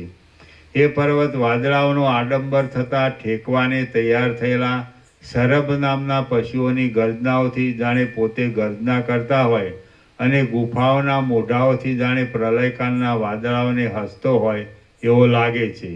એ પર્વત ગુફાઓની અંદર થતા જળના ધોધોના શબ્દોના પડછંદાઓથી સમુદ્રના જળના તરંગોના ઘોઘાટને પણ સંપૂર્ણ રીતે જીતી લીધો છે. એ મહેન્દ્રાચળ એક મનોહર અને રત્નમય વિસ્તીર્ણ શિખર ઉપર મુનિઓએ સ્નાન પાન માટે આકાશગંગાને ઉતારી છે. પ્રફુલ્લિત વૃક્ષોવાળા અને ચળકતા સોનાની પીળાશને લીધે મેરુના શિખર જેવા લાગતા એ ગંગાના તીર ઉપર એક દીર્ઘતપા નામનો મુનિ રહેતો હતો. તે ઉદાર બુદ્ધિવાળો હતો, જ્ઞાનના ઉદયને પ્રાપ્ત થયો હતો, તપના ભંડારરૂપ હતો અને જાણે દેહધારી સાક્ષાત તપ જ હતો. જાણે બૃહસ્પતિને કચ્છ નામના બે પુત્રો થયા હોય તેમ એ મુનિને બે પુત્રો થયા હતા. ચંદ્ર જેવા સ્વરૂપવાન એ બે પુત્રોમાં મોટાનું નામ પુણ્ય રાખવામાં આવ્યું હતું અને નાનાનું નામ પાવન રાખવામાં આવ્યું હતું. એ દીર્ઘતપા મુનિ ફલિત વૃક્ષોવાળા ગંગાજીને તીરે એક સ્ત્રીની સાથે અને તે બે પુત્રોની સાથે રહેતો હતો. પછી હે રામ, સમય જતાં એ બે પુત્રોમાં મોટો જે પુણ્ય નામનો પુત્ર હતો તે ગુણોથી પણ મોટો થયો અને જ્ઞાનવાન પણ થયો. નાનો પાવન નામનો પુત્ર પરોડિયાના કમળની જેમ અડધો જાગ્રત થયો હતો, એટલે મૂર્ખતામાંથી નીકળ્યો હતો પણ પરમપદને પહોંચ્યો ન હતો. આથી તે જાણે અધવચ હિલોળા લેતો હોય એવી સ્થિતિમાં હતો. પછી પ્રાણીઓના જોવામાં નહીં આવતો દેહના કારણરૂપ પંચભૂતોને શિથિલ કરી દેનારો અને દેહરૂપી લતાને તથા આયુષ્યને જીર્ણ કરી દેનારો 100 વર્ષરૂપી કાળ વીતી ગયો. એટલે વૃદ્ધાવસ્થાથી જર્જરિત થયેલા જીવિતવાળા દીર્ઘતપા મુનિએ ક્ષણભંગુર પદાર્થોવાળા તથા સેંકડો ભયંકર વૃત્તાંતોવાળા આ સંસારમાંથી આસક્તિ કાઢી નાખી. જેમ કાવડ ઉપાડનારો કાવડને છોડી દે તેમ તેણે કલ્પનારૂપી પંખીણીની માળારૂપ પોતાના દેહને પર્વતની ગુફારૂપ ઘરમાં છોડી દીધો. જેમ પુષ્પની ગંધ આકાશને પ્રાપ્ત થાય તેમ એ દીર્ઘતપા મુનિ દેહાભિમાનથી રહિત થયેલા જીવોના સ્થાનકરૂપ અને જેમાં કાંઈ પણ કલ્પનાનો આરંભ જ નથી એવા નિર્લેપ પદ બ્રહ્મપદને પ્રાપ્ત થયો. પછી એ મુનિની પત્નીએ પોતાના પતિના દેહને પ્રાણવાયુથી તથા અપાનવાયુથી રહિત થયેલો તેમજ નાળ વિનાના કમળની જેમ પૃથ્વી પર શિથિલ થઈને પડેલો જોયો. એ મુનિ પત્નીનો દેહ રોગથી કે જરા આદિથી ગ્લાનિ પામેલો નહોતો, તો પણ જેમ ભ્રમરી કમળને છોડી દે તેમ તેણે પતિએ જ શીખવેલી અને લાંબા કાળથી અભ્યાસમાં લીધેલી યોગની યુક્તિથી તેને છોડી દીધો. જેમ અસ્ત પામીને આકાશના બીજા ભાગમાં ગયેલા ચંદ્રને તેની પ્રભા આ ભાગમાંથી અદૃશ્ય થઈને અનુસરે છે, તેમ એ ઋષિ પત્ની મરણ પામીને બ્રહ્મપદમાં ગયેલા પોતાના પતિને આ લોકમાંથી અદૃશ્ય થઈને અનુસરી કૌંસમાં પોતે પણ બ્રહ્મપદને પ્રાપ્ત થઈ. આમ માતા પિતા મરણ પામતા પુણ્ય તો શોકથી રહિત રહીને તેમને અર્ધદેહિક મરણ પછી કરવાના કર્મો કરવામાં લાગી ગયો અને પાવન માતા પિતાના મરણનું બહુ દુઃખ ધરવા લાગ્યો. શોકથી દૂષિત થયેલા ચિત્તવાળો પાવન પોતાના મોટા ભાઈની ધીરજ સામે જોતો નહોતો અને વિલાપ કરતો કરતો વનની ઝાડીઓમાં ફરવા લાગ્યો. પછી ઉદાર બુદ્ધિવાળા પુણ્ય માતા પિતાની અર્ધદેહિક ક્રિયાઓને પતાવી અને શોકમાં તત્પર થયેલા પોતાના ભાઈ પાવનને વનમાં મળીને તેને નીચે પ્રમાણે કહ્યું. પુણ્ય બોલ્યો, હે ભાઈ, તું શા માટે આવો ગાઢ શોક કરે છે? આ શોક તો આંસુની ધારાઓને વરસાવનાર છે, ભયંકર છે અને કેવળ આંધળાપણું આપનાર છે. જેમ વર્ષા ઋતુમાં કમળ પોતાનામાંથી પાણીના ટીપા પાડે છે તેમ તું શા માટે તારા નેત્રોમાંથી આંસુના ટીપા પાડે છે? હે સમજુભાઈ, તારો પિતા તારી માતાની સાથે મોક્ષ નામની પરમાત્મા રૂપી પોતાની પદવીમાં જ ગયેલો છે. એ પદવી સર્વ પ્રાણીઓના અધિષ્ઠાન રૂપ છે અને બ્રહ્મવેત્તાઓના સ્વરૂપભૂત છે અને બ્રહ્મવેત્તાઓના સ્વરૂપ છે. સ્વરૂપ 532 તો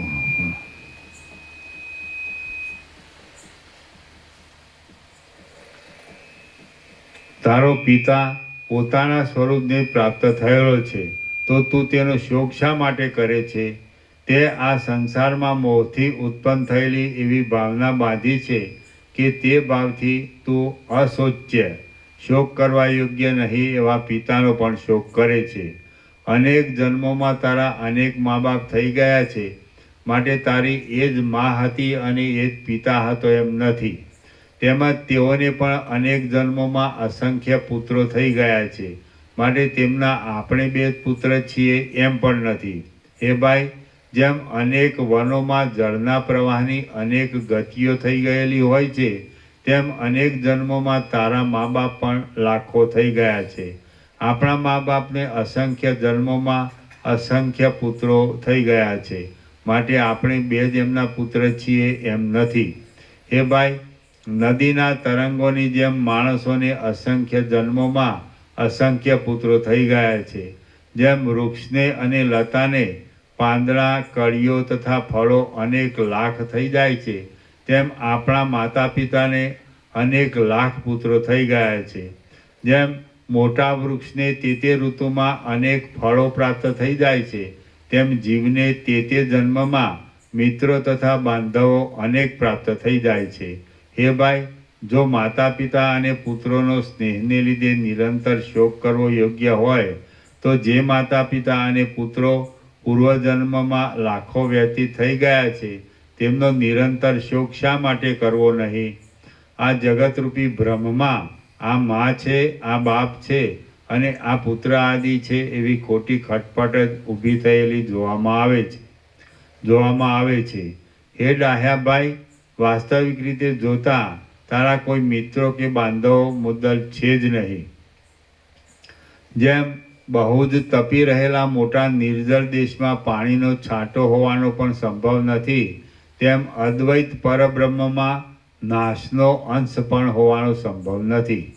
હે મોટી બુદ્ધિવાળા ભાઈ, છત્રોથી અને ચામરોથી ચળકતી આ જે રાજ્યાદિકની લક્ષ્મીઓ તારા જોવામાં આવે છે તેઓ એક જાતનું સ્વપ્ન જ છે અને તે 3 દિવસ કે 5 દિવસ જ રહેનારી છે. હે ભાઈ, તું પરમાર્થ દ્રષ્ટિથી સત્ય વસ્તુનો વિચાર કર. વાસ્તવિક રીતે જોતા તું પણ નથી અને અમે પણ નથી. તું તથા અમે હોવાની તારા મનમાં જે ભ્રાંતિ છે તેને તું છોડી દે. આ જતો રહ્યો અને આ મરી ગયો એવા ખોટા વિચારો તારા સંકલ્પ માત્ર રૂપી સન્નિપાતમાંથી જ ઉઠીને આગળ ખડા થયેલા જોવામાં આવે છે. એ વિચારોમાં કોઈ પણ સત્યતા નથી.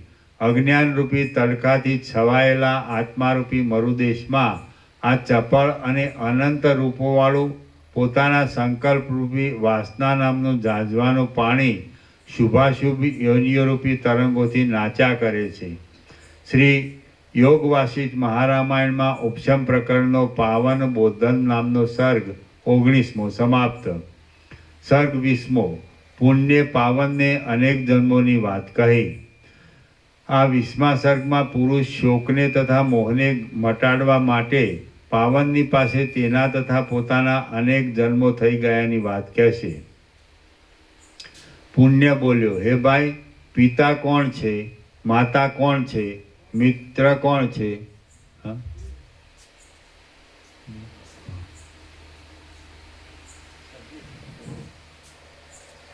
પુણ્ય બોલ્યો, હે ભાઈ, પિતા કોણ છે, માતા કોણ છે, મિત્ર કોણ છે અને બાંધવો કોણ છે? પિતા, માતા, મિત્ર, શત્રુ તથા બાંધવો આદિ માણસોરૂપી રજની કણીઓ કેવળ ભ્રાંતિરૂપી વંટોળિયાથી ઉઠ્યા કરે છે. બંધુઓ, મિત્રો, પુત્રો, સ્નેહની દશા, દ્વેષની દશા તથા મોહની દશા ઇત્યાદિ કા મોટી ખટપટ પોતે કરેલી ભાવનાથી જ વિસ્તારવાળી થાય છે. જેમાં બંધુપણાની ભાવના કરીએ તો તે બંધુ થાય છે અને જેમાં શત્રુપણાની ભાવના કરીએ તે શત્રુ થાય છે. ઝેરના કીડાઓ ઝેરમાં અમૃતની ભાવના કરે છે તો તેઓને ઝેર અમૃત થાય છે. માટે સિદ્ધ થાય છે કે ભાવના જ જગતની સ્થિતિનું કારણ છે. આત્મા એક જ છે અને સર્વવ્યાપક છે.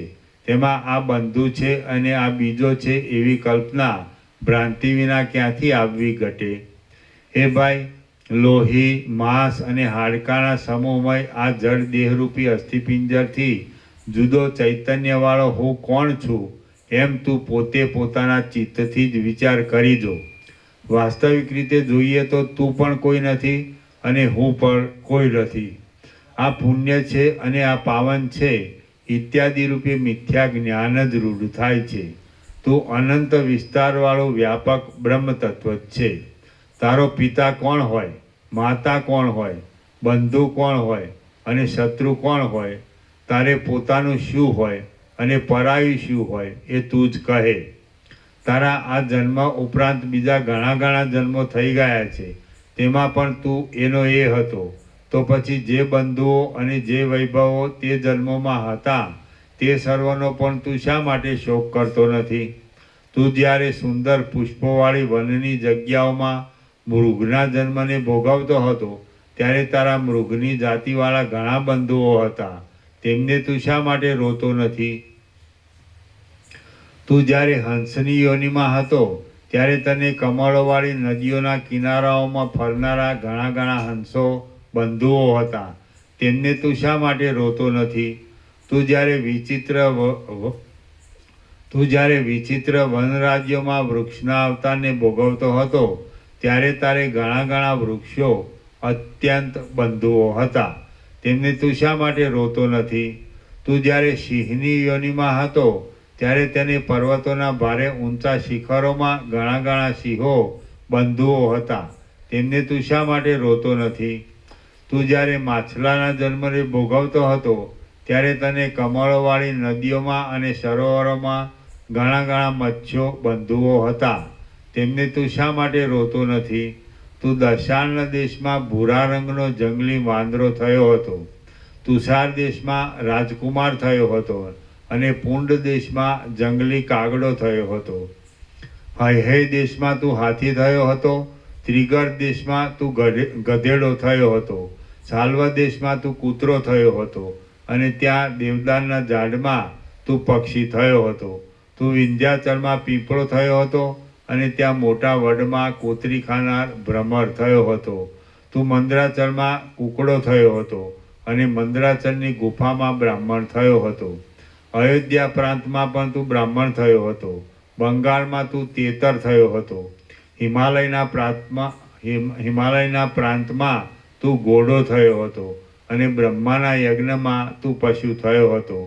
તું તાડના ઝાડના મૂળમાં કીડો થયો હતો, ઉંબરાના ઝાડમાં મચ્છર થયો હતો અને વિંધ્યાચળના વનમાં બગલો થયો હતો. તે જ તું હમણાં મારો નાનો ભાઈ થયો છે.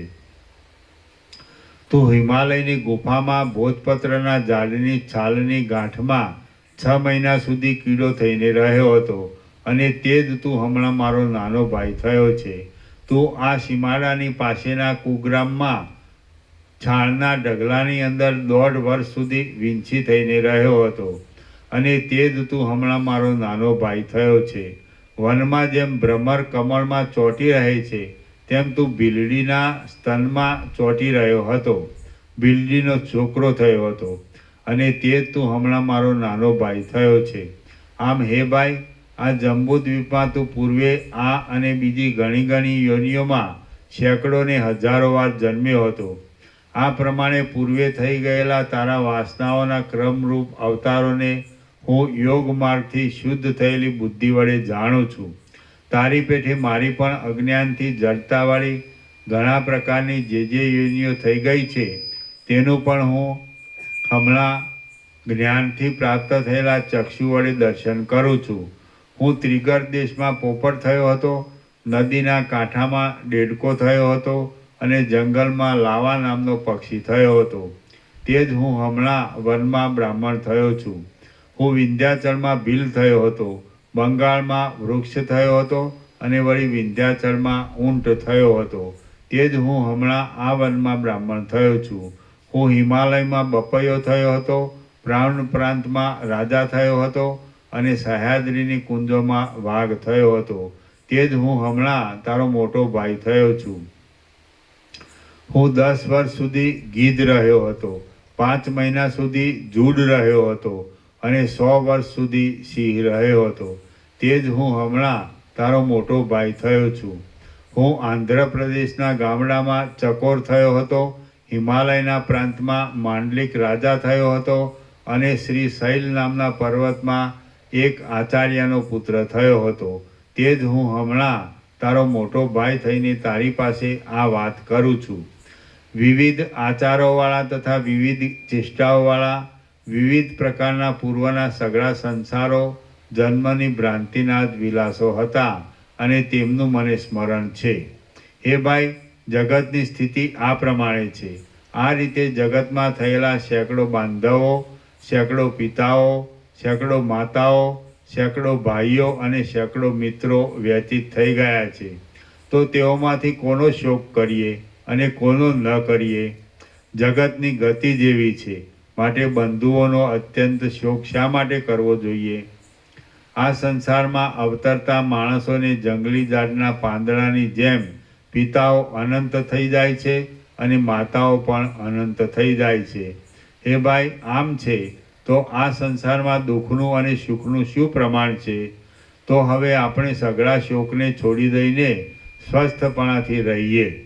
મનમાં હું એવા આકારથી રહેલી સંસારની ભાવનાને છોડી દઈને આત્મવેત્તા પુરુષો જે ગતિને પ્રાપ્ત થાય છે, તે ગતિને તું પણ પ્રાપ્ત થા. તારું ભલું થાઓ. બુદ્ધિમાન પુરુષો આ સંસારમાં ચડતી ઉતરતી સ્થિતિઓમાં અવિચ્છિન્ન ભ્રમણને મિથ્યા સમજે છે, અને મનમાં તેની કાંઈ પણ ખટપટ રાખતા નથી. તેઓ તો કેવળ નિરાભિમાનપણાથી વ્યવહાર કરે છે. તારો આત્મા સુખ દુઃખોથી રહિત છે, અને જરાથી તથા મરણથી પણ રહિત છે. તું એકાગ્ર થઈને તેનું સ્મરણ કર, અને મૂઢ મનવાળો થા નહીં. હે સારી બુદ્ધિવાળા, તને દુઃખ પણ નથી, જન્મ પણ નથી, માતા પણ નથી, અને પિતા પણ નથી. તું કોઈ દેહાદિકરૂપ તુચ્છ પદાર્થ નથી. તું તો આત્મા જ છે. આ સંસારરૂપી નાટકમાં અનેક પ્રકારની ચેષ્ટાઓ કરનારા મૂર્ખ લોકો રૂપી પાત્રો જ દેહાદિકરૂપી વેશના રસથી સંયુક્ત થઈ જાય છે. પણ મધ્યસ્થ દ્રષ્ટિવાળા આત્મ સ્વરૂપના અનુસંધાનથી રહેનારા અને આવી પડેલા કાર્યોને કરનારા મહાત્માઓ રૂપી જોનારાઓ તો સાક્ષીપણાની પદ્ધતિથી જ રહ્યા કરે છે. જેમ સાયંકાળના દીવાઓ માત્ર સામીપ્યને લીધે જ પ્રકાશના કરતા છતાં પણ વ્યાપારથી રહિત હોવાને લીધે અકર્તા જ છે, તેમ આત્મવેત્તા લોકો શરીરથી વ્યવહારના કરતા છતાં પણ મનમાં અભિનિવેશથી રહિત હોવાને લીધે અકર્તા જ છે. જેમ દર્પણ અને રત્ન આદિ પદાર્થો પોતામાં સઘળા પદાર્થોના પ્રતિબિંબોનું ગ્રહણ કરવા છતાં પણ પોતે પોતામાં પ્રતિબિંબિત થતા નથી, તેમ આત્મવેદતા પુરુષો શરીરથી સઘળા કાર્યો કરવા છતાં પણ શરીરમાં આસક્તિ રાખતા નથી. હે ભાઈ, તું મનને સઘળી તૃષ્ણારૂપી કલંકોથી રહિત કરી દે. તેને આત્મમનન કરવાની બહુ ટેવ પાડ અને એને હૃદય કમળમાં આત્માથી જુદી સત્તા વિનાનું ધાર. આમ સઘળા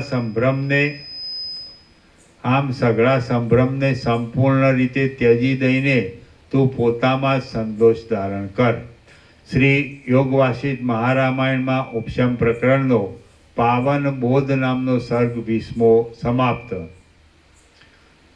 સર્ગ ઓમ ઓમ ઓમ. ના નંબર 596. 4 પૂરા કરી દઈએ. 600 કરી દઈએ. 600 4 પાના પૂરા કરી દઈએ. 600 થઈ જાય ને.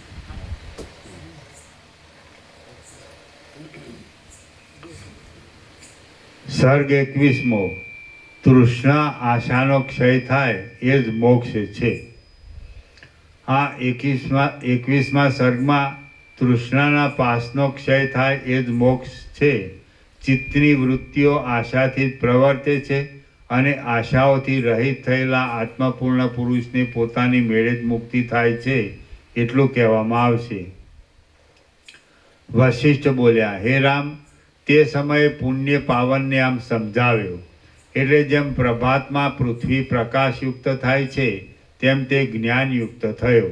પછી કોઈ જાતની નિંદામાં પાત્રરૂપ નહીં થયેલા એ બંને ભાઈઓ જ્ઞાન તથા અનુભવના પારને પહોંચ્યા અને શરીરના પ્રારબ્ધનો ક્ષય થવા સુધી તેઓ જીવનમુક્તપણાથી તે વનમાં ફર્યા. પછી કેટલાય સમય પછી કાળે પ્રારબ્ધનો સંપૂર્ણ ક્ષય થયો ત્યારે જેમ તેલથી રહિત થયેલા દીવાઓ શાંત થઈ જાય તેમ દેહોથી રહિત થયેલા એ બંને ભાઈઓ નિર્વાણ પદને પ્રાપ્ત થયા. હે રામ, આ પ્રમાણે પૂર્વે ભોગવેલા દેહોના સંબંધીઓ આદિ અસંખ્ય હોય છે, તો તેઓમાંથી કોનો શોક કરવો અને કોનો શોક ન કરવો? આથી હે રઘુનંદન, આ અનંત તૃષ્ણાઓનો ત્યાગ કરવો એ જ સુખનો ઉપાય છે. તૃષ્ણાઓને વિષયોના સંપાદનથી વધારવી એ સુખનો ઉપાય નથી. જેમ લાકડા પડવાથી અગ્નિ વધતો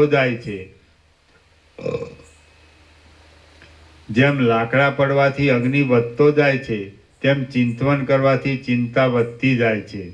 જેમ લાકડા નહીં પડવાથી અગ્નિ નષ્ટ થઈ જાય છે તેમ ચિંતવન નહીં કરવાથી ચિંતા નષ્ટ થઈ જાય છે. હે રામ, તમે આ પ્રકારના 16મા સર્ગમાં કહેલા ધ્યેય નામના વાસનાના ત્યાગરૂપી રથમાં બેસીને અને કરુણાથી ભરેલી ઉદાર દ્રષ્ટિથી દીન લોકોની સામે જોઈને ચાલતો વ્યવહાર કરવા માટે સજ્જ થાઓ. હે રામ, જીવન મુક્ત સંબંધી આ સ્વચ્છ અને નિષ્કામ પદ્ધતિ મેં તમારી પાસે કહી.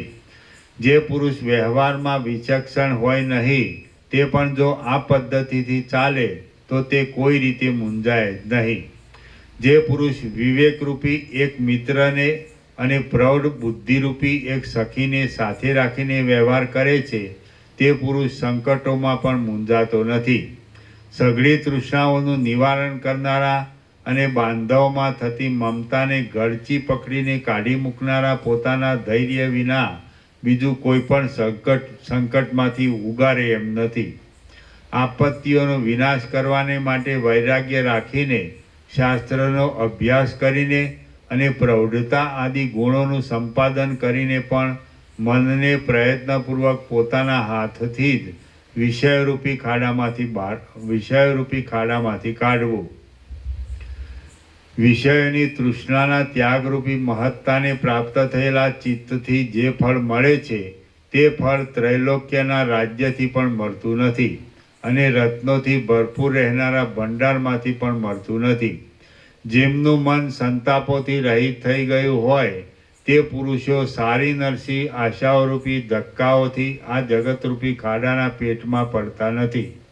જેણે પગરખા પહેર્યા હોય તે પુરુષને સઘળી પૃથ્વી ચામડાથી મઢેલી જણાય છે, તેમ જેનું મન બ્રહ્માનંદ રૂપી અમૃતના જરાઓથી ભરપૂર થયું હોય તે પુરુષને સઘળું જગત બ્રહ્માનંદ રૂપી અમૃતના જરાઓથી ભરપૂર જણાય છે. વૈરાગ્યથી મન પૂર્ણપણાને પામે છે, પણ આશાઓને વશ રહેવાથી તે પૂર્ણપણાને પામતું નથી. જેમ તળાવનો કાદવ શરદ ઋતુને લીધે ઊંડી ખાડ જેવો થઈ જાય છે, તેમ મન આશાને લીધે ઊંડી ખાડ જેવું થઈ જાય છે.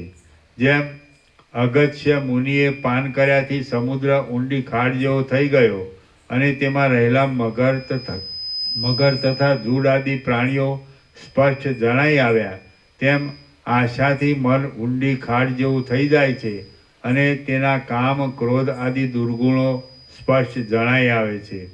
જેના ચિત્તરૂપી મોટા ઝાડમાં તૃષ્ણારૂપી ચપળ વાદળી કૂદ્યા કરતી નથી, તે ઉદયરૂપી વિસ્તીર્ણ વન અત્યંત શોભે છે. નિસ્પૃહ ચિત્તવાળા મહાત્મા પુરુષોને ત્રૈલોક્ય અને કમળ કાકડીના ગોળા જેવું લાગે છે.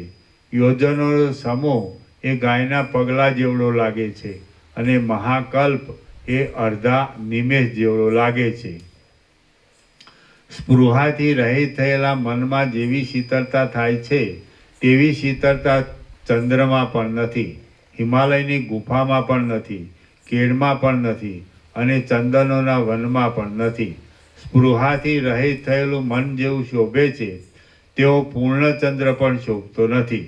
તેઓ ભરપૂર ક્ષીરસાગર પણ શોભતો નથી અને તેવું લક્ષ્મીનું મુખ પણ શોભતું નથી. જેમ વાદળાની પંક્તિ ચંદ્રને મલિન કરી દે છે અને જેમ આંજણની લીટી કળી ચૂનાના લેપને મલિન કરી દે છે, તેમ આશારૂપી પિશાચરી મનુષ્યના મનને મલિન કરી દે છે. ચિત્તરૂપી મોટા વૃક્ષની આશાઓ નામની શાખાઓ સઘળી દિશાઓને ઢાંકી દેનારી છે. જો તેઓ કપાઈ જાય તો ચિત્તરૂપી મોટું વૃક્ષ ઠૂઠાપણાને પ્રાપ્ત થાય છે. તૃષ્ણાઓરૂપી મોટી શાખાઓ કપાઈ જાય છે અને ચિત્તરૂપી વૃક્ષ સુકાઈ જાય તો ધીરજરૂપી વૃક્ષ એક સરખી રીતે સેંકડો શાખાઓથી ભરપૂર થાય છે. જો અતૂટ ધીરજથી ચિત્તરૂપી વૃક્ષનો નાશ કરવામાં આવે તો નાશ રહિત પદની પ્રાપ્તિ થાય. હે રામ, તમે ઉત્તમ ધૈર્ય રાખીને ચિત્તની વૃત્તિઓરૂપી આશાઓને ઉગવા જ દો નહીં, તો તમને સંસારનો ભય છે જ નહીં. તમારો ચિત્ત જ્યારે વૃત્તિઓથી રહિત થઈને અચિત્તપણાને પ્રાપ્ત થશે ત્યારે તમે પોતામાં જ મોક્ષમય વિસ્તીર્ણ સત્તાને પ્રાપ્ત થશો. હે રામ, ચિત્તરૂપી ઘરમાં જો તૃષ્ણારૂપી ગુવડની માદા ગરબડ કર્યા કરતી હોય તો સઘળા અમંગલો અત્યંત વિસ્તાર પામે છે. જે ચિંતવન છે તે જ ચિત્તની વૃત્તિ છે એમ કહેવામાં આવે છે. એ ચિંતવન આશાથી જુદું નથી, તેથી તમે ચિત્તની વૃત્તિરૂપી આશાનો ત્યાગ કરીને નિશ્ચિંત થાઓ. જેની જે વૃત્તિ હોય તેની તે વૃત્તિનો અભાવ થાય તો જેનો ક્ષય થાય છે જેની જે વૃત્તિ હોય તેની તે વૃત્તિનો અભાવ થાય તો તેનો ક્ષય થાય છે.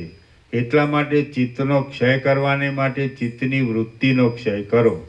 હે મહાત્મા રામ, તમે સઘળી તૃષ્ણાઓને શાંત કરીને એટલે કે આશા નામના ભવબંધનને તોડી નાખીને જીવન મુક્ત થાઓ. મનમાં રહેનારી નીચ આશાઓ જ આત્માને બેડીની જેમ અને દોરડાની જેમ બંધનના કારણરૂપ થાય છે.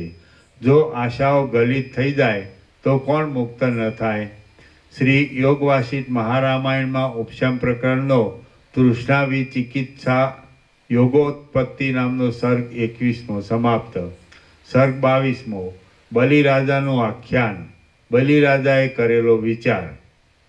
આ 22મા સર્ગમાં બલિરાજાના આખ્યાનનો આરંભ કરીને પાતાળનું વર્ણન કરવામાં આવશે, બલિરાજાના રાજ્યનું વર્ણન કરવામાં આવશે અને બલિરાજાએ વૈરાગ્યથી મેરુ પર્વતના શિખર ઉપર કરેલો વિચાર કહેવામાં આવશે. વશિષ્ઠ બોલ્યા, અથવા હે રઘુવંશરૂપી આકાશમાં પૂર્ણચંદ્રરૂપી રામ, તમે બલિરાજાની પેઠે અકસ્માત વિચારના ઉદયથી નિર્મળ જ્ઞાનને પ્રાપ્ત થાઓ. રામ બોલ્યા, હે સર્વ કર્મોના હે સર્વ ધર્મોના વેદતા, હે ભગવાન, તમારી કૃપાથી હું હૃદયમાં સર્વાત્મક બ્રહ્મને પ્રાપ્ત થઈ ચૂક્યો છું અને મને એ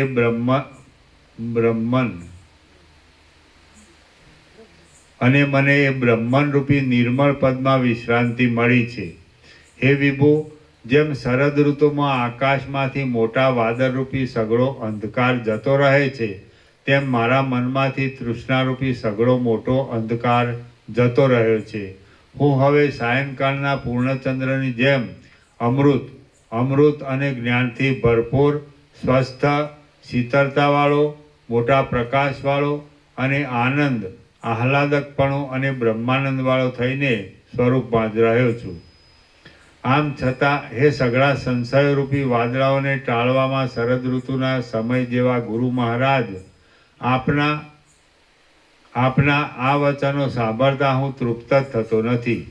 હે વિભો, હજી પણ મારા જ્ઞાનની વૃદ્ધિને માટે આપ બલિરાજાને જે પ્રકારથી જ્ઞાનની પ્રાપ્તિ થઈ હોય તે પ્રકાર મને કહી સંભળાવો. સદગુરુઓ નમ્ર શિષ્યને બોધ આપવામાં પરિશ્રમને ગણકારતા નથી. વશિષ્ઠ બોલ્યા, હે રામ, તમને હું બલિરાજાનો ઉત્તમ વૃત્તાંત કહું છું, તે તમે સાંભળો. તે સાંભળવાથી તમે અખંડ આત્મ સ્વરૂપના બોધને પ્રાપ્ત થશો. આ બ્રહ્માંડની અંદર કોઈ દિશારૂપી નાની કુંજમાં પૃથ્વીની નીચે પાતાળ નામનો એક પ્રખ્યાત લોક છે. એ પાતાળ લોક કોઈ સ્થળમાં ક્ષીરસાગરમાંથી ઉત્પન્ન થયેલી અને જાણે અમૃતના કિરણોથી આચ્છાદિત થયેલી રૂપવતી દાનવ કન્યાઓથી ભરપૂર છે. કોઈ સ્થળમાં તે સેંકડો તથા હજારો મસ્તકોવાળા, એક મોઢામાં 2 ચપળ જીભોવાળા અને જીભોના સમૂહોથી શાસ્ત્ર આદિમાં ભારે વ્યાખ્યાનો કરનારા વાસુકી આદિ નાગોથી પૂર્ણ છે. કોઈ સ્થળમાં તે પહાડ જેવા શરીરોથી જગતને ઘેરી લે એવા યજ્ઞોના હવિષ્યનું બળાત્કારથી ભક્ષણ કરનારા અને જાણે ચાલતા મેરુ પર્વતો હોય એવા દાનવોથી વ્યાપ્ત છે. કોઈ સ્થળમાં તે મોટા મોટા દાંતરૂપી વૃક્ષોથી પહાડ જેવા ભયંકર લાગતા અને જેમના કુંભસ્થળો રૂપી શિખરોના અગ્રોમાં ભૂમંડળના મધ્યને વિશ્રામ મળ્યો છે એવા દિશાઓરૂપી હાથીઓથી સંયુક્ત છે. કોઈ નીચા ભાગમાં તે ઉકળવાની ભારે કડકડાટથી સઘળા પ્રાણીઓને ત્રાસ આપનારા અને દુર્ગંધમય દેખાવવાળા નરકોના મંડળોથી સંયુક્ત છે. કોઈ સ્થળમાં તે પૃથ્વીથી તે છેક 7મા પાતાળ સુધી ઊંડા ગયેલા હોવાથી જાણે 7 પાતાળોને પરોવીને ઊભા હોય એવા મેરુ આદિ પર્વતોના પાયાઓથી વ્યાપ્ત છે. કોઈ સ્થળમાં તે ગુફાઓના જેવા ટૂંકા પ્રદેશોથી વ્યાપ્ત છે. કોઈ પ્રદેશમાં તેને જેમના ચરણ કમળની રજને દેવતાઓ તથા દૈત્યો માથે ચડાવે છે એવા કપિલ ભગવાને પોતાના નિવાસથી પવિત્ર કરેલો છે. કોઈ સ્થળમાં તેને દૈત્યોની સ્ત્રીઓએ ભેગી કરેલી અનંત પૂજનોની સામગ્રીઓથી વિનોદને ઈચ્છતા હાટકેશ્વર કંસમાં સદાશિવે પાળેલો છે. એ પાતાળલોકમાં દૈત્યોના હોવાથી મોટો રાજકારભાર ચાલ્યા કરે છે. એમાં વિરોચનનો પુત્ર બલિ નામનો દાનવ રાજ્ય કરતો હતો. સઘળા દેવતાઓ, વિદ્યાધરો અને સર્પોની સાથે દેવરાજ ઇન્દ્ર પણ રોતો એ બલિરાજાના પગ ચાપવાની ઈચ્છા કરતો હતો. બ્રહ્માંડો રૂપી રત્નોના ભંડારરૂપ, સર્વ પ્રાણીઓના રક્ષક અને ત્રૈલોક્યના પાલકોના પણ પાલક એ ઉપેન્દ્ર વામનજી ભગવાન એ બલિરાજાનું પાલન કરતા હતા. જેમ મોરના ટવકાને સાંભળવાથી સર્પોની છાતીની નાડીઓ સુકાઈ જાય છે અને પીડિત થઈ જાય છે, તેમ એ બલિરાજાનું નામ સાંભળવાથી ઐરાવત હાથીના ગંડસ્થળના પ્રદેશો સુકાઈ જતા હતા તથા પીડિત થઈ જતા હતા. એ બલિરાજા કોપ કરતો હતો ત્યારે તેના પ્રતાપની ઉગ્ર ગરમીથી 7 સમુદ્રો પ્રલયકાળની જેમ સુકાઈ જઈને કેવળ 7 ખાડાઓ જેવા થઈ રહેતા હતા. બલિરાજાએ કરેલા ઘણા ઉત્તમ યજ્ઞોના ધુમાડાઓ વાદળા રૂપે ગોઠવાઈને સમુદ્રને ઘેરી રહ્યા હતા અને તે વાદળાઓ તેમાંથી જળ ભરીને આ બ્રહ્માંડનું વૃષ્ટિથી રક્ષણ કરતા હતા. એ બલિરાજા જ્યારે ક્રોધથી કરડી દ્રષ્ટિ કરતો હતો ત્યારે પૃથ્વીને ધારણ કરનારા મેરુઆદિ પર્વતો નમવા લાગતા હતા. આથી સઘળી દિશાઓ નમી પડતી હતી અને તેઓ ફળોથી નમી રહેલી લતાઓ જેવી લાગતી હતી. એ બલિરાજે સઘળા લોકોના અલંકાર રૂપ ઇન્દ્ર આદિ લોકપાલોને રમત માત્રમાં જીતી લીધા હતા અને એણે 10 કરોડ વર્ષ સુધી રાજ્ય કર્યું હતું. પછી જળની ચકરીઓની પેઠે આવર્તન પામનારા અનેક યુગો વીતી ગયા. કેટલાયક દેવતાઓના તથા દૈત્યોના સમૂહો કાળગતિથી મરણ પામ્યા. કેટલાયક દેવતાઓના તથા દૈત્યોના સમૂહો કાળગતિથી નવા ઉત્પન્ન થયા અને ત્રૈલોક્યમાં સર્વોત્તમ કહેવાતા ભોગો નિરંતર અત્યંત ભોગવવામાં આવ્યા. ત્યારે દાનવોના અધિપતિએ બલિરાજાને ભોગોમાં અરુચિ ઉત્પન્ન થઈ. આમ થતાં તે બલિરાજાએ એક દિવસ મેરુ પર્વતના અગ્રભાગમાં રત્નોથી બનાવેલા મહેલના ગોખમાં બેઠે બેઠે પોતાની મેળે સંસારની સ્થિતિનો નીચે પ્રમાણે વિચાર કર્યો. મારી શક્તિ શત્રુઓથી કુંઠિત જ થતી નથી. મારે આ ચક્રવર્તી રાજ્ય કેટલા દિવસ સુધી કરવું? ત્રૈલોક્યમાં કેટલા દિવસ સુધી મારે વિહાર કરવો?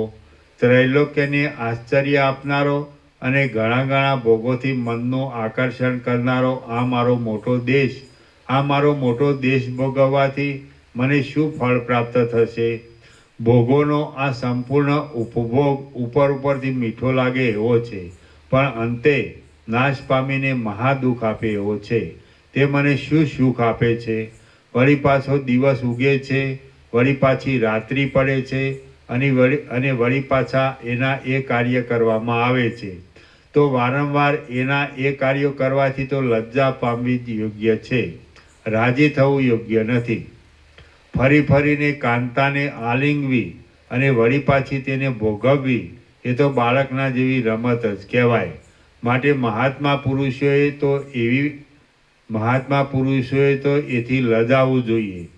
ભોગવાઈ તુરત સ્વાદ રહિત થઈ જતા તેના તે ભોગોનો દિવસે દિવસે વારંવાર ભોગવવાથી સમજુ પુરુષ શા માટે લજવાય નહીં? વળી દિવસ આવે છે, વળી રાત્રિ આવે છે અને વળી દિવસ તથા રાતે એના એ કાર્યો કરવામાં આવે છે. તો હું ધારું છું કે એ રીતે વારંવાર ચૂંથણા કરવા એ તો સમજુ પુરુષને ઉપહાસ કરાવનાર છે. જેમ જળ એકવાર તરંગરૂપ થઈને પુનઃ પણ તરંગરૂપ જ થાય છે, તેમ પ્રાણીઓ પણ તેના તે જ કાર્યોને પ્રાપ્ત થાય છે. ઉન્મત્તની ચેષ્ટા સમાન અને બાળકની રમત જેવી આ જગતની ક્રિયાઓ સમજુ મનુષ્યને હસાવે છે.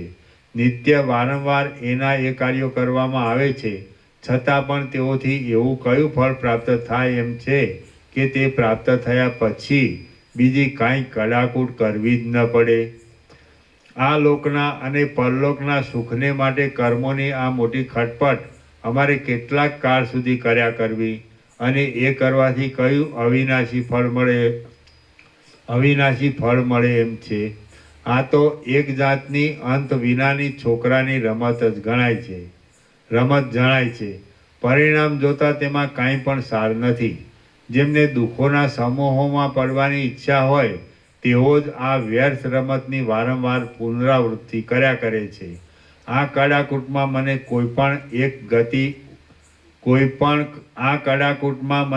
પણ એક અતિ ઉત્તમ ફળ જોવામાં આવતું નથી કે તે ફળ પ્રાપ્ત થયા પછી બીજું કાંઈ કરવાનું જ ન રહે. આ કડાકૂટમાં કેવળ ભોગવવાનું સુખ મળે છે. તે સુખ તો ક્ષણિક છે અને તુચ્છ છે. એથી કાંઈ બીજા પ્રકારનું અવિનાશી સુખ મળે તેમ નથી. હવે હું વિચાર કરી જોઉં કે અવિનાશી સુખ શું છે અને તે કેમ મળે?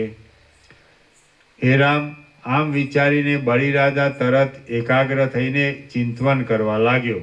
જરાવાર ભમરાના ચાળા કરીને મનમાં વિચાર કરતા સ્મરણ પ્રાપ્ત થવાથી બલિરાજા પોતામાં જ બોલ્યો કે હા, મને યાદ આવ્યું. જગતની પૂર્વાપર પદ્ધતિને જોઈ લેનારા અને આત્મતત્વને જાણનારા મારા મહાત્મા પિતા વિરોચનને મેં પૂર્વે પૂછ્યું હતું કે હે મહાબુદ્ધિમાન, જેમાં સંસાર સંબંધી સઘળા દુઃખોની અને સુખોની સઘળી ખોટી કડાકૂટો શાંત થઈ જાય તેવો સંસારનો અંત ક્યાં કહેવાય છે? હે પિતા, મનનો મોહ કયા સ્થળમાં શાંત થાય છે? સઘળી તૃષ્ણાઓ કયા સ્થળમાં ટળી જાય છે? અને પુનરાવૃત્તિ વિનાની અખંડ વિશ્રાંતિ કયા સ્થળમાં મળે છે? કયું સ્થળ પ્રાપ્ત થાય તો આ સંસાર સંબંધી વિષયોમાંથી મળવાના સુખમાં તૃપ્તિ કૌંસમાં આશાનો વિરામ થઈ જાય અને કયું સ્થળ જોવામાં આવે તો બીજું કાંઈ પણ જોવાની જરૂર રહે નહીં? આ સંસાર સંબંધી ભોગો તો અનેકાનેક છે, પણ તે સુખ આપતા નથી. એટલું જ નહીં, તેઓ તો સત્પુરુષોના મનને પણ ખળભળાવી દે છે અને તેને મોહમાં પાડી દે છે. એ પિતાજી, આમ છે એટલા માટે અખંડ આનંદથી પ્રિય લાગે એવું કોઈ સ્થળ મને બતાવો કે જેમાં રહીને હું લાંબી વિશ્રાંતિ પામું. તે વખતે મારા પિતાજી કલ્પવૃક્ષની નીચે બિરાજ્યા હતા. એ કલ્પવૃક્ષ સ્વર્ગમાંથી બળાત્કારે હરી લાવવામાં આવ્યું હતું અને આંગણામાં રોપવામાં આવ્યું હતું. એનું મૂળ પુષ્પોના સમૂહોથી ઢંકાઈ ગયું હતું અને એ પુષ્પો ચંદ્રકિરણ સમાન ગુચ્છોથી પડતા હતા. મારું એ પ્રકારનું પૂછવું સાંભળીને મારા મોહને શાંત કરવા માટે મારા પિતાજીએ કલ્પવૃક્ષના વિસ્તીર્ણ રસાયણરૂપ મકરંદ જેવું આ પ્રમાણે મધુર વચન કહ્યું હતું. શ્રી યોગ વાસિષ્ઠ મહારામાયણમાં ઉપશમ પ્રકરણનો વિરોચન સ્મરણ નામનો સર્ગ 22મો સમાપ્ત. 600 થઈ ગયા? 600? બસ 600. ઓમ ઓમ ઓમ. પ્રસાદ આપી દો.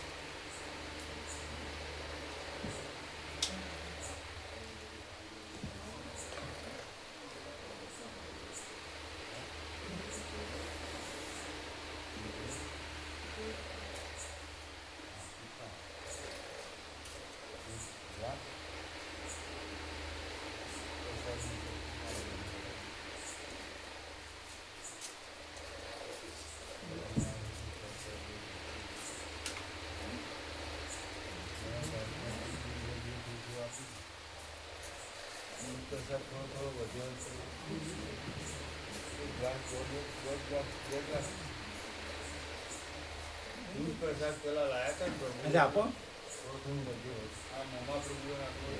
આપી દો. ઊભા થાવ ને, બેઠા બેઠા ઓર્ડર કર્યા વગર. એ તમે લોકો લેજો. હર્ષદ પ્રભુ મામા પ્રભુ આપ્યું, તમે લો.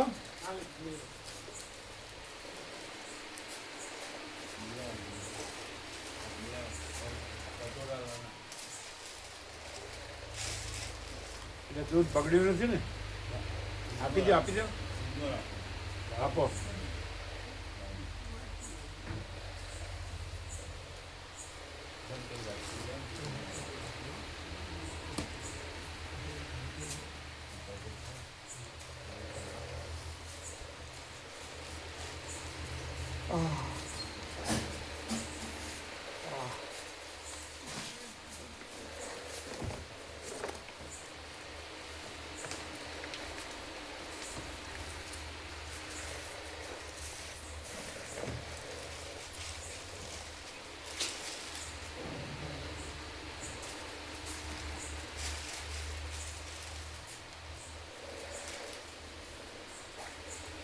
અહીંયા વિશ્રામ થાય છે ને, પ્રસાદ બધું અનુકૂળ આવે વિશ્રામ ને બધું.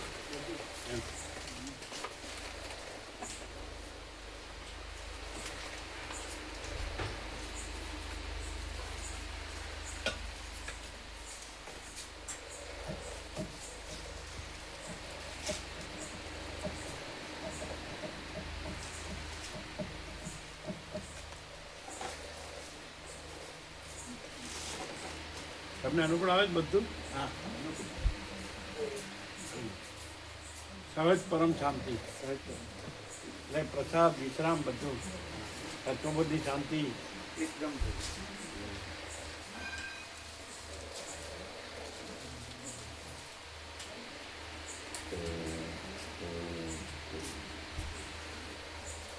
અખંડ પ્રકાશ, અખંડ આનંદ, અખંડ શાંતિ, સહજ પ્રકાશ, સહજ આનંદ, સહજ નહીં બિલકુલ. એટલે હિમાલય ગંગામાં તો બહુ તકલીફ પડે અત્યારે. પેલા ઋષિમુનિઓ થઈ ગયા વાત અલગ હતી. અત્યારની પ્રજાને એમના શરીરોને એમના મનને એના માટે હેરાન કરતી બધી.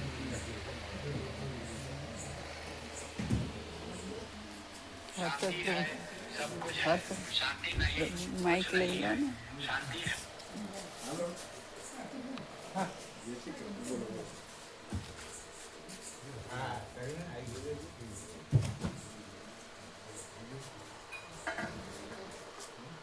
પેલા આપી દો બધાને. તમે લોકો લો પ્રસાદ. જીરો જીરો કરી નાખો. જીરો જીરો કરી નાખો લ્યા.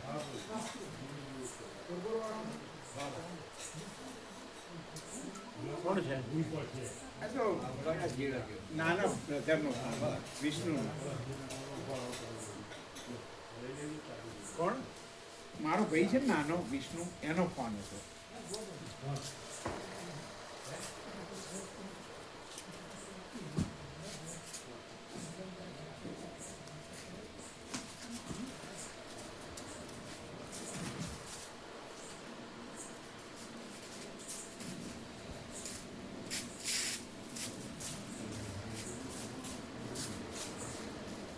આંખો બંધ કરો. હવે જે પછી પકડે હોય એ જીરો જીરો કરી દેવાય. પૂરું કરી દે થોડું બસ. પછી એ લોકોને ભાગે કાંઈ આવ્યું નહીં. બસ એટલો તો પછી ઉમેરીને પૂરું કરી દે ને વાટકી. બીજું નહીં હોય. બીજું આપણે દૂધ આવી રહ્યું છે. સારું. હા, તમારે બધાને પ્રસાદ લેવાનું બાકી.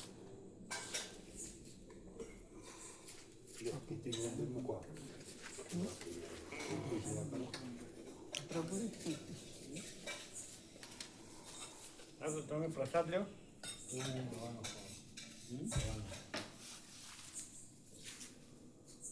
તમે પ્રસાદ લઈને પછી આવો. હા, હાથે રહે એવું કાંઈ હોય પીરસવું પડે ને. એટલે આ પીરસવાની ના પડે. એવું નહીં તો મારા જ્યાં પેલા આપી દેતા હોય, લઈ લેતા હોય અને લઈને પૂરો કરી હેડવાય મોડે. અમે હોય આ બધું કરીએ એટલે તો લઈ એ તો જતા પછી ઓછું લે. લઈશું ફૂલી. આપણે ફૂલ આપીએ તો ફૂલ લે ને. એના પ્રસાદ ફૂલ મળે છે. કપડું એવું થાય કોઈ નાખે. કેમ? બીજો કોઈ વાત જ નહીં. શું તકલીફ? પછી તો આ પૂર્ણ બ્રહ્મ મિલિટરી કેમ્પમાં ગમે મચ્છરદાનીમાં વામ કોક્ષી કરી દેવાની. ડાબે પડખે સુઈ જાવ એટલે પચી જાય.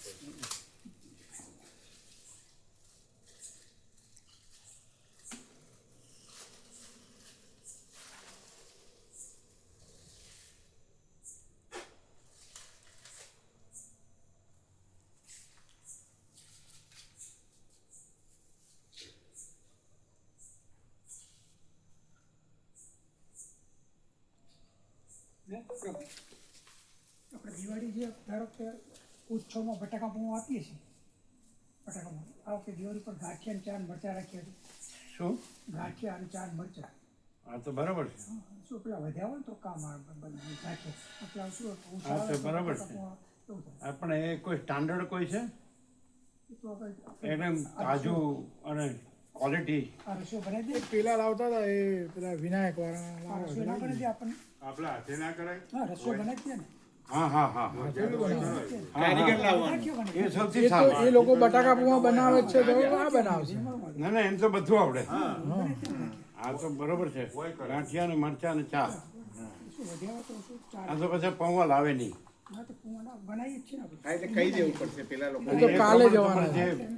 જે ચણાનો લોટ જે લાવો બેસન કહી દેશું. તાજો લોટ લાવવો પડે કંઈક દળાવવાનો ના ના બેસન તૈયાર આવે ત્યાં કે લોકો ગાય સારી છાપ ક્વોલિટીમાં આવે? બહુ મસ્ત કઈ ગાય કયા છાપ બેસન ગાય છે બેસન. ગાય છાપ કયો ગાય છાપ ઉત્તમનો ગાય શાક આવે. એટલે ઠંડ ગાય લાવે છાપ ને? સારું આવે પણ ગાય છાપ બેસનમાં ગાય છાપ આપણે એમ નહીં એટલે એ રસ્તા પ્રમાણે કઈ હા કીધું એ રસોઈયા જો પ્રભુ જોડે વાત કરવી પડશે એકવાર અને એકવાર પછી પેલા કાલે લોકો કહેવું કરીશું પડે. ને પેલા આવશે ને બધા કાઠવાડ વાત કરી લેજો. હા જયંતિ પ્રભુને એ લોકો આવી જશે પેલા પ્રભુ તો કદાચ આવે. પ્રહલાદ પ્રભુ કાલ નહીં આવે કદાચ બરોબર. કાલ આવે તો ભલે ના આવે તો પમદી બરોબર આવશે સીધું લેવા. જયંતિ પ્રભુ આવવાના બરોબર. મને રસ્તા પ્રમાણે કહી દેવાનું એ તો આવડે ના આવડે આવડે આપણે જારો બારો ને એનો હોય ને હા એ જરાથી કહે.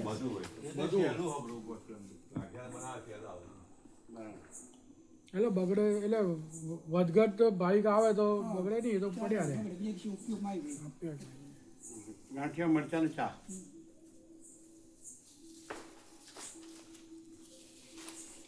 આ બધું લઈ લેજો આ બધું લઈ લેવાનું